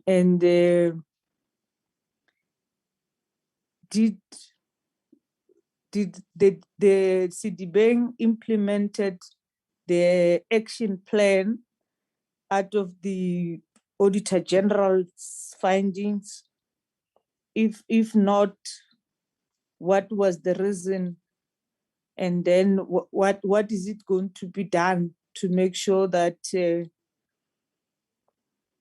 what the audit finding are going to get implemented? So and who should then be able to, if the Sedibeng is not recovering, and department, whom should we blame acting DG on that? Can we get response? Thank you, Chair. Maybe Chairperson, because the other water boards, no questions for them. Because of the magnitude of the question that I asked in terms of Sedibeng water, as a going concern, because members were raising issues around their financial viability and liquidity. Probably let's allow the department first, Chair, to respond to some of these issues that we as a shareholder, what are we doing and how are we supporting this institution? It has some difficulties, and also looking at the area of operation, is normally servicing those poorest of the poor communities. The water services authorities where it's operating are the most vulnerable one. But let me allow the acting DG and Sistobo, because even when there was a time we came here, when COVID started, we raised these issues that there are those that needed some kind of an intervention and support. And what have we done? Sis Deborah, if you can come in, and Sistobo and the CFO, and that Franz Moaz. And then before we allow the board itself to respond. Thank you, Chair. We also ask questions to Overberg and Mhlatuze. I had and our comrade fighter, and I will respond there. Okay, no, thank I can see we are asking very serious financial accounting issues. I'm worried because I can see we are going into financial problems here. Acting DG, thank you. Acting DG and Sister, please come through. Sister. Thank you, DM. Good afternoon, Chair and honorable members. The department is aware of the challenges in Sedibeng Water Board. And that awareness has resulted in us assisting Sedibeng in various ways. Sedibeng has an interim water board. And as far as I know, since the interim water board started, there have been some signs of improvement in Sedibeng. The interim board is chaired by Dr. Siphetore I think he introduced himself at the start of the presentation. And we want to believe that the work they are doing there will take Sedibeng somewhere. The department has, we have, it's not even recently, we interviewed for the board so that we can have a permanent board in Sedibeng. That process is underway. I think it will be submitted to Cabinet soon. It will be resubmitted to Cabinet soon, because I think it was submitted and then there were questions and issues that we needed to clarify there, and it has been resubmitted. So soon we will have the pronouncement by Cabinet on the interim, on the permanent board for Sedibeng Water. Coming back to how we are assisting them, we, as I said earlier, in the first session when you asked as to what it is that we are doing to support water boards. Sedibeng Water Board has been appointed as an implementing agent for a number of projects. It was also among those was the COVID project that was run in a number of municipalities. It hasn't performed badly in all of the projects that we gave to them. Yes, there were challenges with some. So we are of the view that once that, because we did not anticipate that the process will take this long, that is the process of the appointment of a new board. We didn't think or anticipate that it will take this long. So we thought that with the appointment of the new CE, the one who unfortunately passed on, and the appointment of the permanent board, Sedibeng would move to a better trajectory. So unfortunately, two things have happened there that sort of put our plans on shaky ground. That is the delay in the finalization of the board, and secondly, the passing on of the CE. So we then were dealt a bit of a blow there. But I don't think that all ground is lost, because soon the process of the board will be finalized. And secondly, that the interim board that we have is not a bad team. So we believe that they will be able to do something in the meantime, and that Sedibeng will get out of the situation in which they are. But I think I mustn't shy away from the fact that part of the trouble of Sedibeng is because of the huge amount that they are owed by municipalities. And unfortunately, they are serving the most, let me not say the most, because I haven't necessarily compared, I don't have a ranking of municipalities, but say that they are serving one of the poor parts of the country. So with that, if we can address the issue of non-payment by municipalities, one of the ways that we are putting on the table is actually getting some shares of the company, not shares of the companies, equitable shares of municipalities from National Treasury. That's one of the proposals on the table as we speak, as honorable members might know. Or that we take those services to the water board, so that then the water board will do their own revenue collection from individual users there. Perhaps that will actually improve on the financial viability of the Sedibeng Water Board. I think, Chair, I have tried, or I've responded to the issue of the sustainability of Sedibeng. I'm not sure whether I should pause here and check as to whether there is anything about Sedibeng that you haven't responded to. There's an issue of the employment equity. Unfortunately, we are not part of, as the department, much as we are shareholders, we are not part of the processes. We are never part of their processes, even the appointment of the CE. It is only upon their invitation that we become part of that process. And even their top structure, we necessarily do not become part of that. Maybe it is something that we need to consider as policy in the department, that we firm up on that the department will be part of that to see to it that employment equity and all other prescripts of government are adhered to. Let me stop there, Honorable Chair. Sis Togo, anything to add? Thank you, DM, honorable members. Yes, I will add to DG's comments. I think when we talk about Sedibeng, we must also remember their history in terms of the fact that they inherited some disestablished water boards that were not performing well in Northwest, the Botselo Water Board, former Botselo Water Board, and which also collapsed because of non-payment by the Northwest municipalities, in particular the Ngaka Modiri Mulema, which did not pay. And the whole staff and the team were then transferred to Sedibeng Water.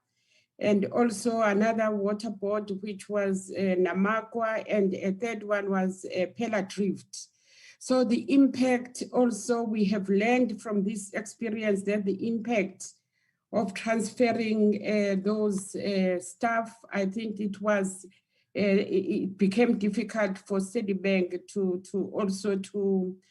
accommodate due to their financial and liquidity issues. And Chairperson, honorable members, also you must remember that although we are dealing with Sedibeng, indirectly we are dealing with Machabeng, which is not paying Sedibeng water. And I think we need also to remember that if the municipalities had a negative impact on if their retail business is failing, they had a negative impact also on Sedibeng. So what we are seeing in Sedibeng is an outcome of what Ngaka Modiri Mulema, what also Machabeng has had in terms of financial consequences of not paying Sedibeng water. And I think we have had a number of meetings internally, and a decision has been taken by acting DG that we need to focus on them in terms of their financial sustainability. And there have been various meetings also with National Treasury and with SALCA and on the issue. Sedibeng is also preparing a due diligence report, which is looking in terms of their future growth strategy as to what is expected of them in the future and how they can come out of this current situation that they are facing. Thank you, DM, and thank you, Chair. You never responded on our oversight role to monitor issues like remedial actions and so forth. The Chair was asking about those things. And yes. Because their financial position still looks bad. Yes, DM, we have on a quarterly basis, we are monitoring their quarterly reports, and we are also working with them on a number of issues. And where there is issues of delays or non-compliance, we do issue those notices. And I think we have really been active in terms of supporting them, even in analyzing their annual reports and the corporate plans. So we are working closely, not only us and Treasury, as well, DM. Thank you. We'll request Comrade Chair of Sedibeng, Siengo, to respond, and the acting CE before we give to the leadership of Overberg. Those are the ones that were asked.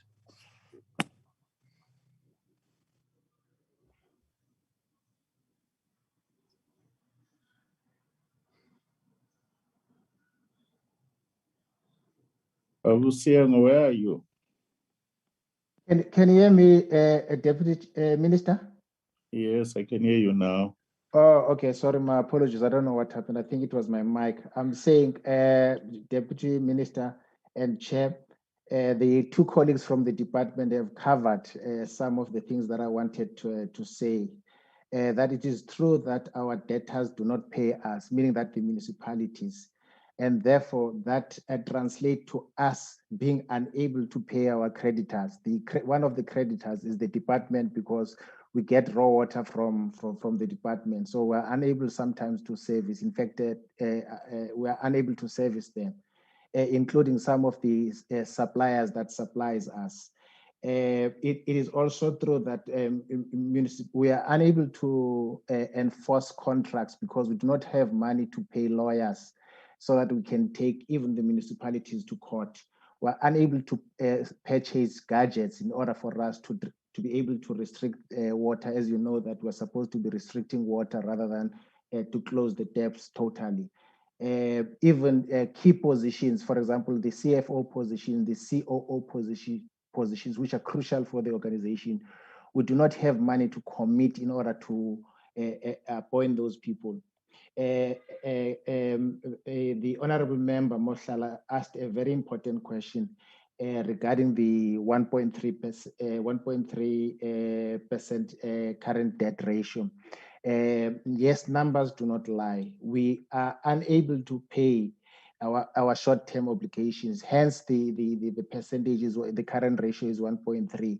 It means that we are unable to convert or use our assets in order to satisfy or service our current debts. So we've got a serious challenge, and these are the questions that the interim board has been asking in the organization, and therefore our liquidity is challenged. Our going concern is challenged, and I will request my colleagues to cover, in particular, the acting chief financial officer, just to explain the support that we receive from the Department of Water and Sanitation. We received some loan from them, which gave us some relief in terms of our operation requirements.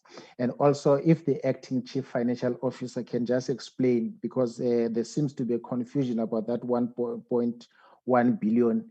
As you have seen that we had an opening balance of about, I think, 450 something million, which came from the previous year of irregular expenditure. And I think for that current year, which is 2019-2020, was about 700 million.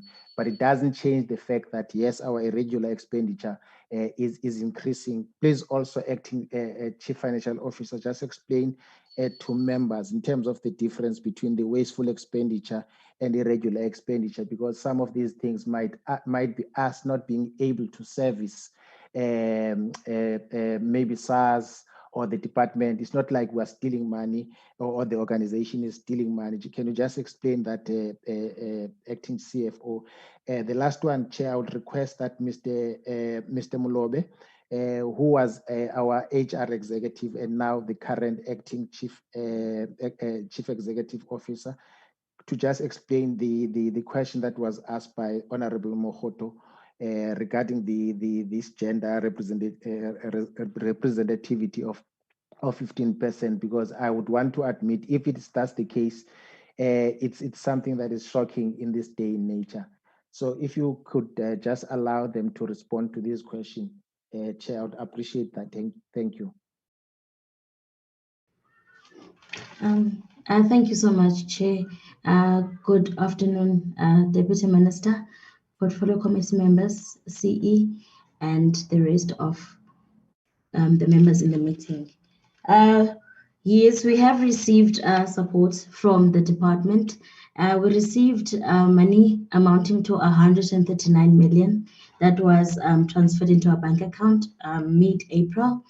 And other than that, we are working closely with the department in terms of the submissions of our Section 41 reports and the committee meetings that we attend. Even now, before this meeting, we had a meeting with SALGA when we were discussing the issues relating to us not being able to collect the debts, mainly from the 4 municipalities that are owed. Please put our videos on, please, members and the officials. All right, ma'am.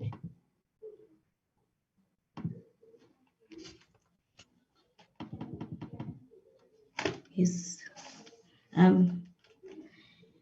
Sorry about that. As I continue that, before this meeting, we had a meeting with Saga, Treasury, as well as the department, when we were discussing the issues around the debt that is owed by municipalities and the interventions that all the affected parties need to take in order to assist us, the water board, and as well as municipalities, because it can be that there are far more reasons that municipalities are not paying us. Therefore, it means that we need to go deeper into the issue so that consequently Sedibeng Water is able to recover their debts.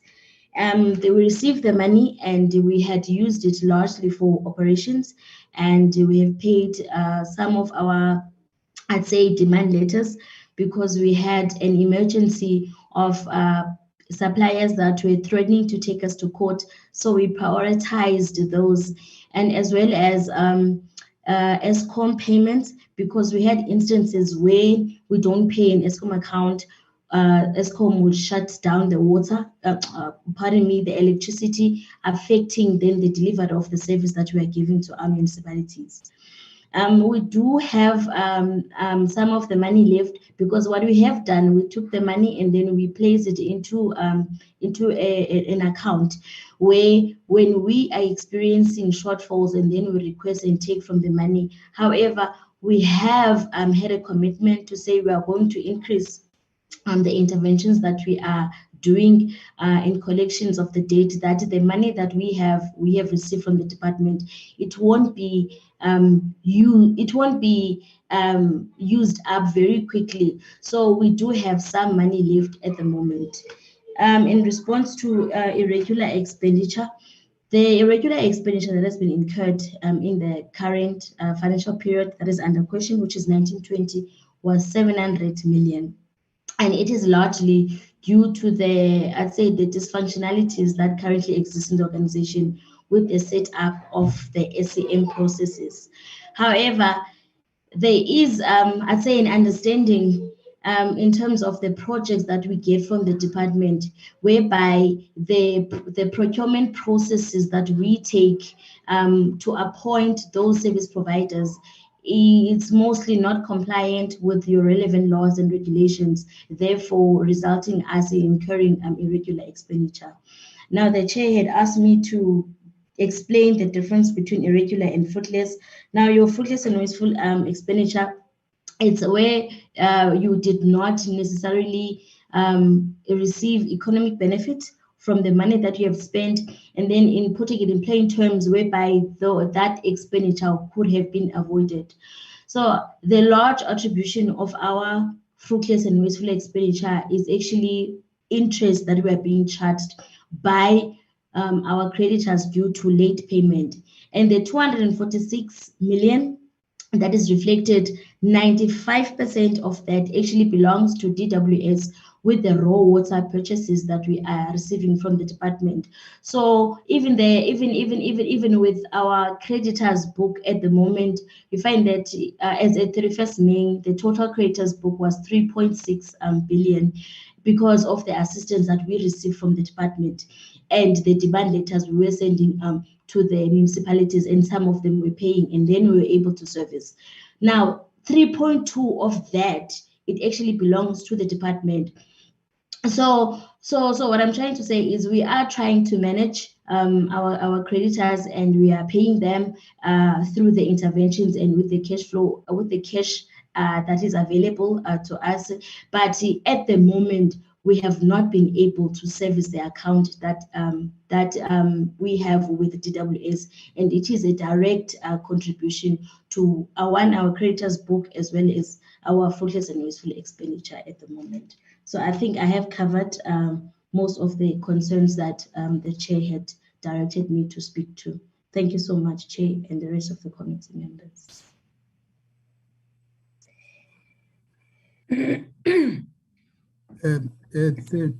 Thank you, Deputy Minister. With regards to the question that relates to employment equity and to specific low gender women representation at management level. It is true that our representation of women at that level, because it is specific to the management level, it is 15%, and you note that there are many vacancies that are there in that level as a result of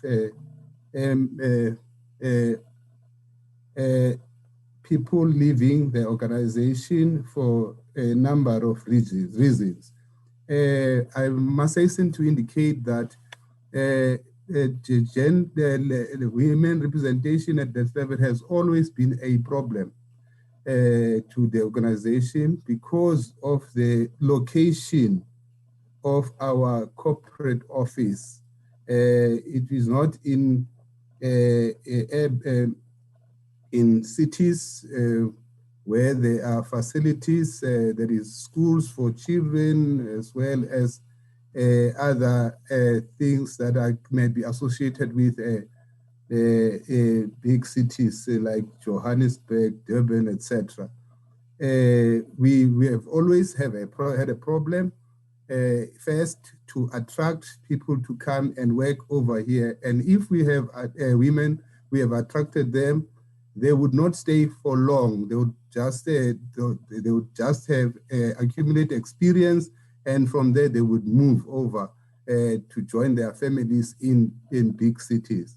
But we have a plan in terms of our employment that we have in terms of our corporate plan to say we need to get to almost 50% of women at that level, because we know that it is a problem that we need to address.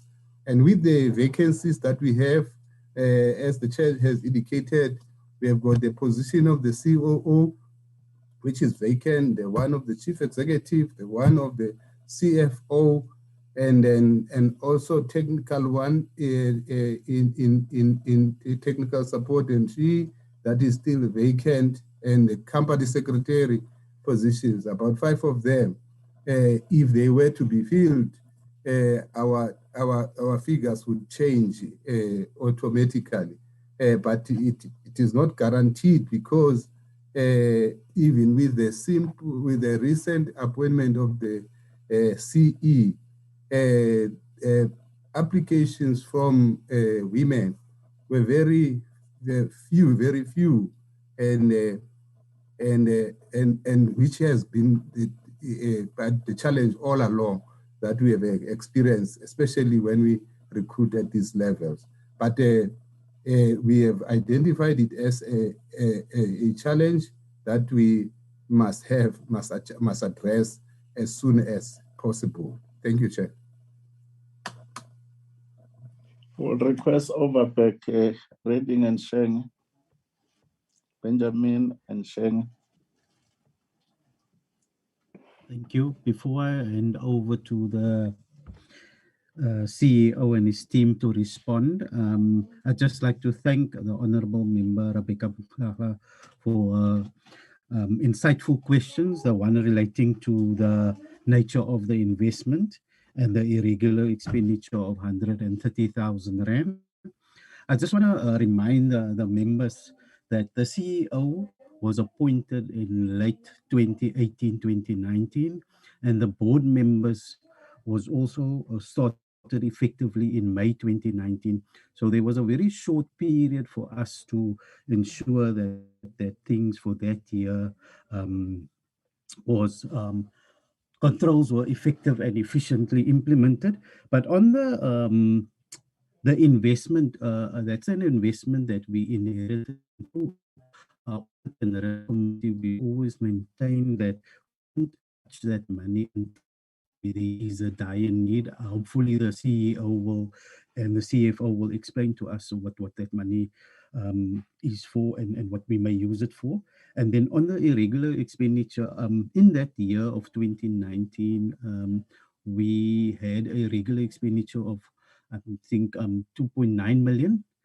And then when the committee, the board started working, we brought that 2.9 million down to 130,000 rand for the year because of implementing new policies and also ensuring that all expenditure is tested via the internal audit, quarterly reviews, and so on.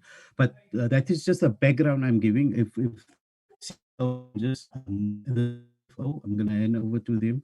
They can just add to that and respond to the honourable members' questions. Thank you. Thank you very much, Chairperson.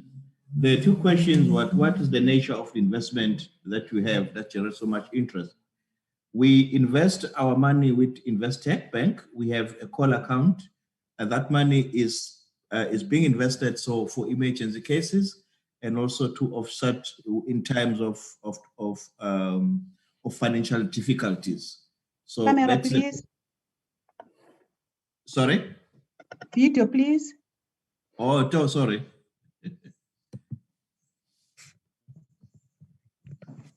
Okay, is it okay now? Okay.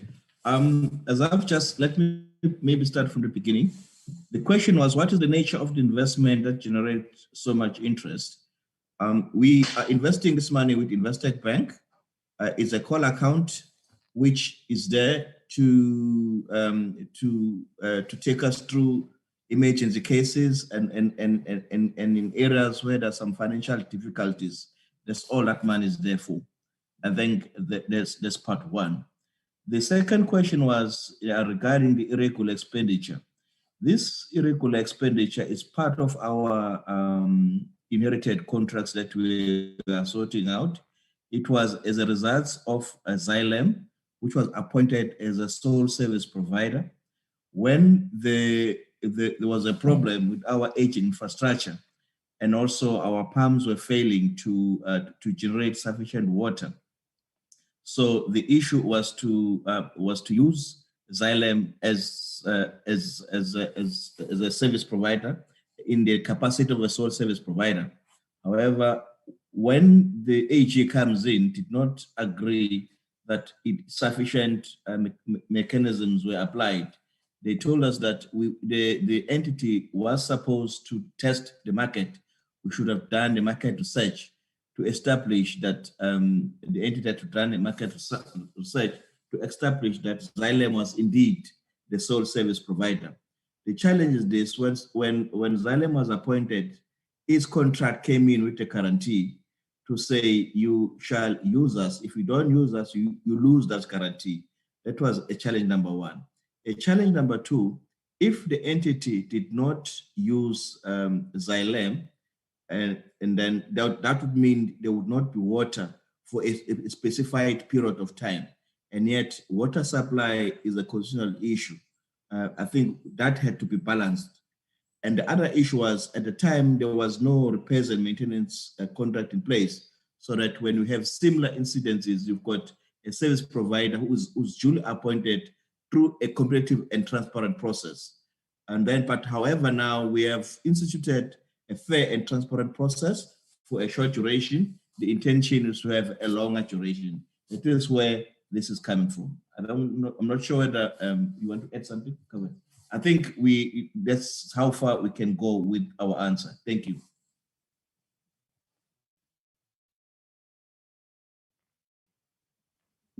Thank you, Chair.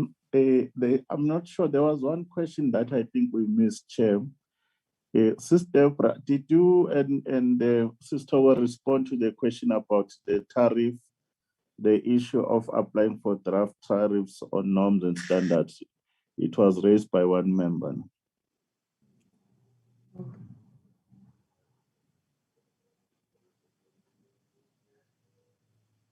DM, I didn't quite get to that question. Let me ask Toko, please assist my darling. Are we having such application for relooking at the draft tariffs to include it on norms and standards as part of regulating? Because one water board, you not respond to that question to the members. Yes, DM, I think it was raised by Honorable Mahlala. Apologies for not responding to it. Give Mahlala, sister. Apologies, yes. Apologies. DM, it's currently, our norms and standards were approved in 2002. Can we have you on camera, Sis Toko? Apologies? Camera, please. Oh, camera.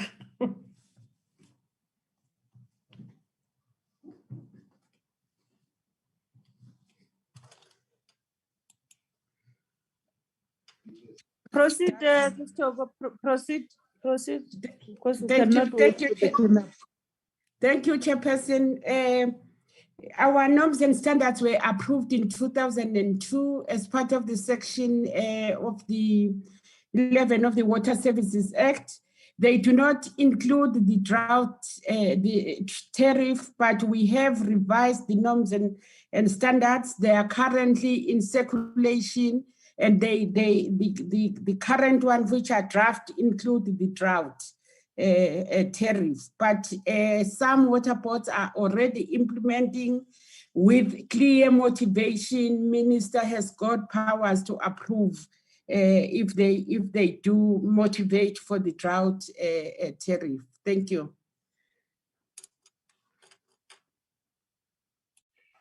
I think, Chairperson, from our side, we have responded. Safe to say, with irregular expenditure and the other wasteful and fruitless expenditures, Sedibeng, the leadership there must take decisive action. It's not adequate to say they couldn't get the required quotations in law.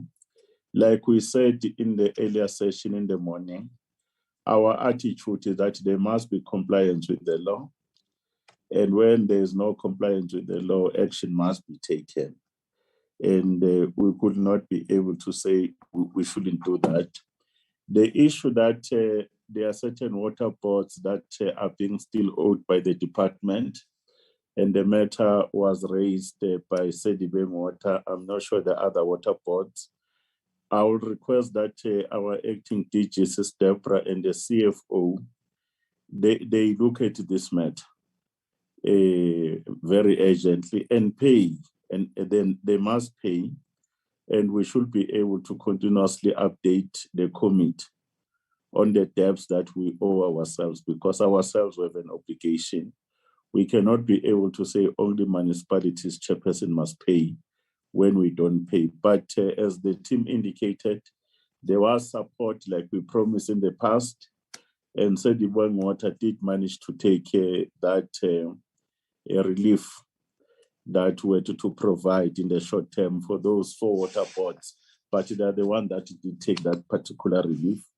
Well, we should have a discussion probably going forward, Chairperson, on the debts that are being owed, because some of these debts, looking at the state of the water services authorities, we are getting a lot of pressure not to stop the supply, but equally so it's not sustainable. If you look at how much is being owed by Machabeng and the other municipalities, it's unacceptable, it's very high, but those municipalities have really totally collapsed.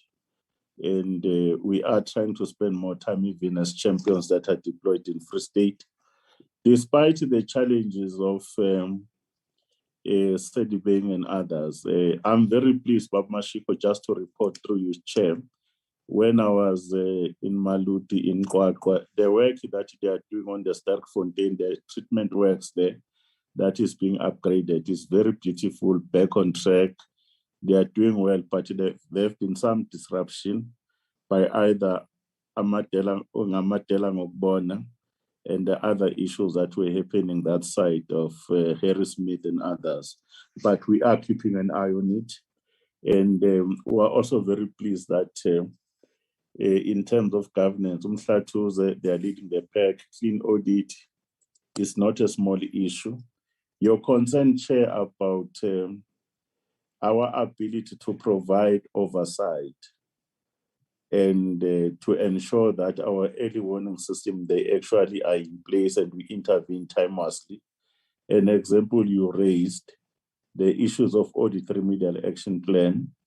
As a ministry, will come closer to that so that our oversight model is much tighter and the intervention is mostly timelessly. Lastly, I hope that one day, Babmashiko and certain members, there are a lot of these atmospheric water solution. They are small scale, but very, very helpful. And I hope one day we'll find time when the situation is stabilized and the regulations, the COVID is under control, so that we can be able to visit some of these innovations, because we must promote our own South African solutions. Thank you, Chair.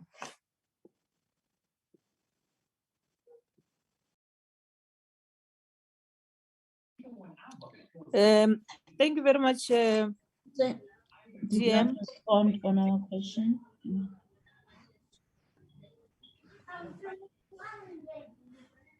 Honorable Musala. Yes, Chairperson, I'm saying Mhlatuze did not respond. Mhlatuze, the board. Oh, we couldn't hear any question on them. But let them respond, Chair, with your permission. If there was an oversight, we must apologize. And you forgot, Musala, to thank them for clean audit. Thank you, Chair and DM. Let's respond to the question on the irregular expenditure, which we disclosed in the year under question. Chair, in 2016-17, we went on a tender and we did not advertise for the 21 days as required. Unfortunately, there was a retention amount of 824,000, which was paid in the 1920 financial year, and hence why we needed to disclose the irregular expenditure. The responsible officials were appropriately consequence management, and all have since left the employ of Mhlatuze. So we now have systems in place and controls in place to make sure that this does not happen. However, it's from prior years, and unfortunately we had the outstanding retention that we needed to pay from that irregular contract, and hence why we needed to disclose it. I hope this answers the question raised by Honorable Mhlala. Thank you, Chair. But we'll have to add that thing, Acting CE, that we have a consistency on the question where certain laws have not been followed. If there is someone who brought us into that situation, they must be followed through to account. Thank you, Chairperson.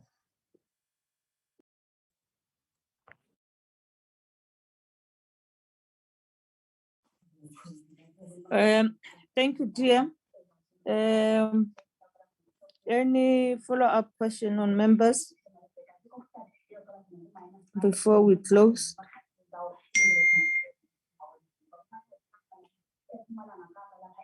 I don't see any hands. I think, DM, we want to, let's appreciate the presentation and the commitment. Oh, there is a hand, I don't know where it comes from. Who's raising hand? Mr. Mashiko. Oh, Mr. Mashiko. Mr. Mashiko. Mr. Mashiko.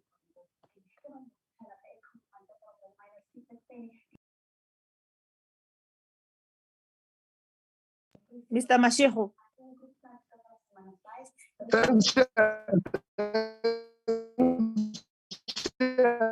But as I'm saying, this load shedding thing in Bushbuck is a problem. There was a question I asked on the department whether, and I can see Mhlatuze is answering but responding to the Mhlatuze and Overberg, whom we do not have a problem with. Specifically on Sedibeng, Are we hearing you to be committing about Mhlatuze that you think that Sedibeng can still make it? You want to keep it as an ongoing concern because they are capable. You think there is a plan in place that makes you comfortable, that you can live with them. Because to me, even in their own presentation, that confidence of a living organization, I don't get a sense of it.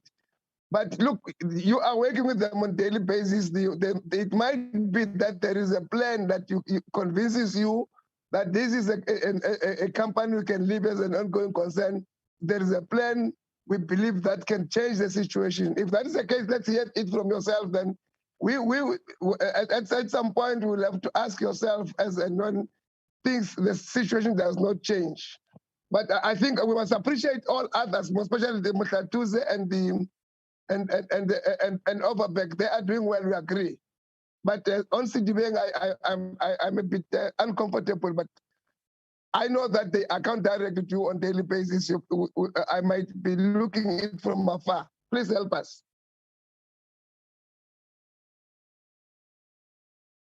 Through you, Chairperson, I did try to respond, Your Excellency, Comrade Mashiko, in a diplomatic way.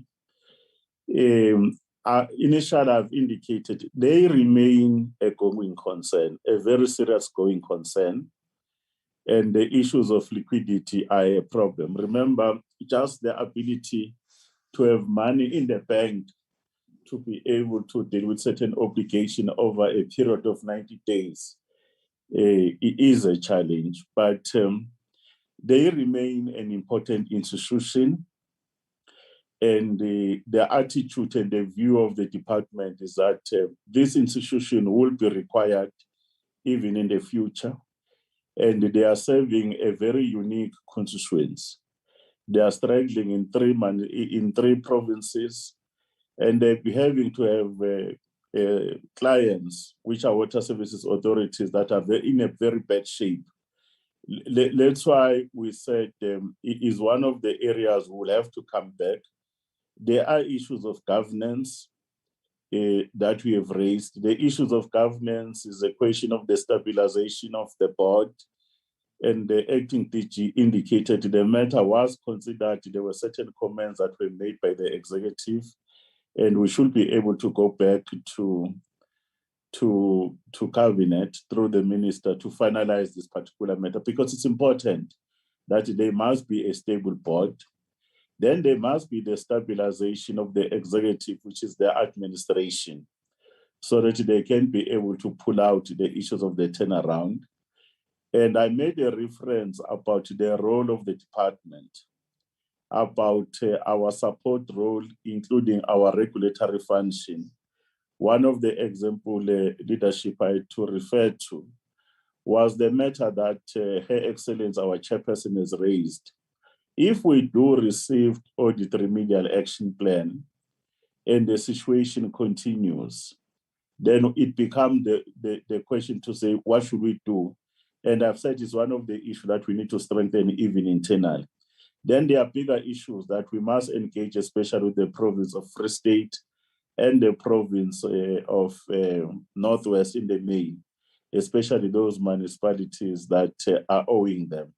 Those are some of the issues, Chair, but you are correct to raise those issues, but Mashiko, very sharply, because at the end of the day, they remain a going concern, despite of their historical issues, but there is a determination to turn it around. And we are very pleased with the chair. They've tried to work so hard. Well, there are certain issues. That's why I was making the example of Free State, that despite certain issues, there are areas where they've been our implementing agent and they've performed well. As I was talking about the situation of Sterkfontein, that other project they are doing. But without support, Chairperson, I can be able to indicate that they will not survive. But if we resolve those issues of debts owed, one of the things, that's why I'm saying one of the instructions that we're giving now, I will follow through personally with the acting DG and the acting CFO. they are also even owed by the department. And we are not going to be in a position to say it's right as a department to owe an institution that desperately needs cash so that it can be able to pay, because some of the monies that they are incurring from their obligations, they are servicing interest. But those of us as a state, if we're able to pay, all service providers, including Sedibeng, we should be able to assist, Chair. But let's monitor it and let's keep it as a matter of the viability of this institution, Chair. Not only this one, remember the other time, we also raised a Mahalis, there is also Bloom Water, then there's a Madole Water. Those are some that when we categorize them in terms of stability, both in terms of governance and in terms of performance, those are the institutions as SOCs that require our attention, including requiring yourselves to keep a strong and a firm eye on us, that they don't collapse. Thank you. Thank you, DM, for the response. Honorable Masala. Yeah, and lastly to the department, when will the concept of regional utilities in respect of water boards be finalized? Thank you.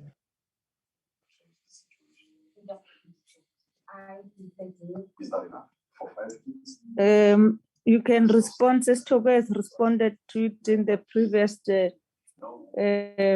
let's respond to it, Ms. Togo again. Thank you, Chairperson, Honorable Mhlala. Mhlala. Yes. Yes.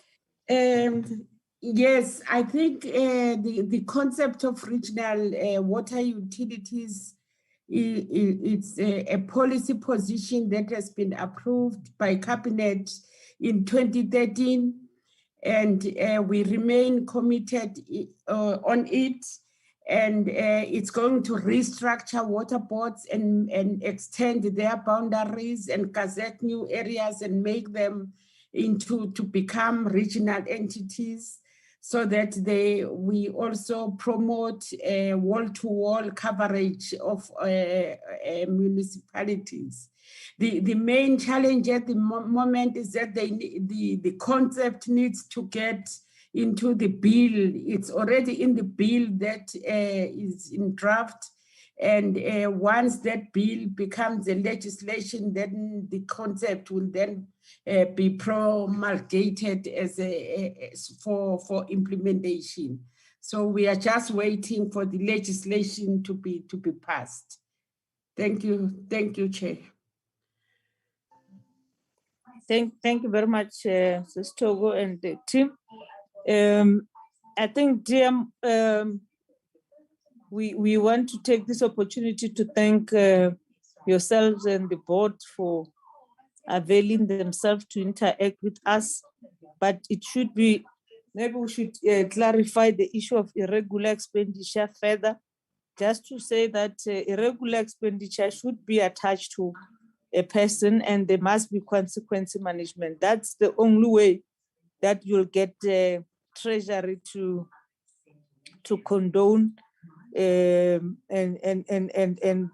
let's avoid those fruitless expenditure. And if the entity that is under your leadership has got financial challenges, we expect the department to come very close and be part of assisting them even to develop plans to respond to those challenges. And as one of the issues that we do is that recommendation of the Auditor General are non-negotiable. They need to be implemented, and we should actually, as department, work with the Sedibeng to deal with the even recurring audit outcomes, and give the plan to address management letter of the Auditor General. The department must participate and you will be accountable because it's your your entity. And we acknowledge that this interim board, since it has come in, it has tried its level best, but you have to work with them for them to be able to come out of the problems that you know and you have attested to. We have, because reason that though we encourage that they must appoint the board, but reason that the interim board, to have interim board means that non-performance, it will not be a correct version of the story, because Mhlatuze has got the interim, but they've got a clean audit. So we should make sure that we come very close to Sedibeng, assist them to deal with issues that are raised by Auditor General, and help them, as Honorable Basho has indicated, for them to be viable as they play a critical role, without undermining the work that the board is doing. But you have to work with them very closely, and the department should then be, as quarterly basis, coming into to report on your performance. Would want the institutional oversight to actually give a report on the feedback on the implementation of the audit outcomes, because financial management is very key for any entities. So as you come to report, we'll need that information, and how far are you in working with Sedibeng to make sure that they come out of that problems of financial management. DM? Definitely, Chair, we are correct. We'll do those things. That's why I agree with you that when it comes to these issues of poor performance or transgressions, we agree that that's a line of march. But we are also correct that as part of as a shareholder, our responsibility to ensure that these institutions are functional and they don't collapse in our hands will actually improve even in the areas of weakness. And you are also correct that to act, it does not necessarily mean that you don't have the fiduciary responsibility to actually get things going. But we also know that in terms of there's been a lot of actually movements there, especially in the administration or executive. You see, Mahali's comrade chair, you find this consistency, because in as much as there's been some changes in the board, but the executive has been very consistent, Chair. To have a very strong executive, this thing of revolving doors, Chairperson, you know, even in municipalities, if you have a CEO or a DG or whoever is there for over some time, they master the system and do a very good job. You could see Mhlatuze as an example here, Overberg, your Water and others. And these are the things that the minister were working hard just to stabilize where stabilization has happened, but where wrongdoing has happened, we will act without any fear or favor or prejudice, Chair. Thank you. Thank you very much, TM and your team. The meeting is adjourned. Tomorrow we reconvene for 3 o'clock. Thank you very much, honorable members. Hello, Chairperson. Is it 3 or 2?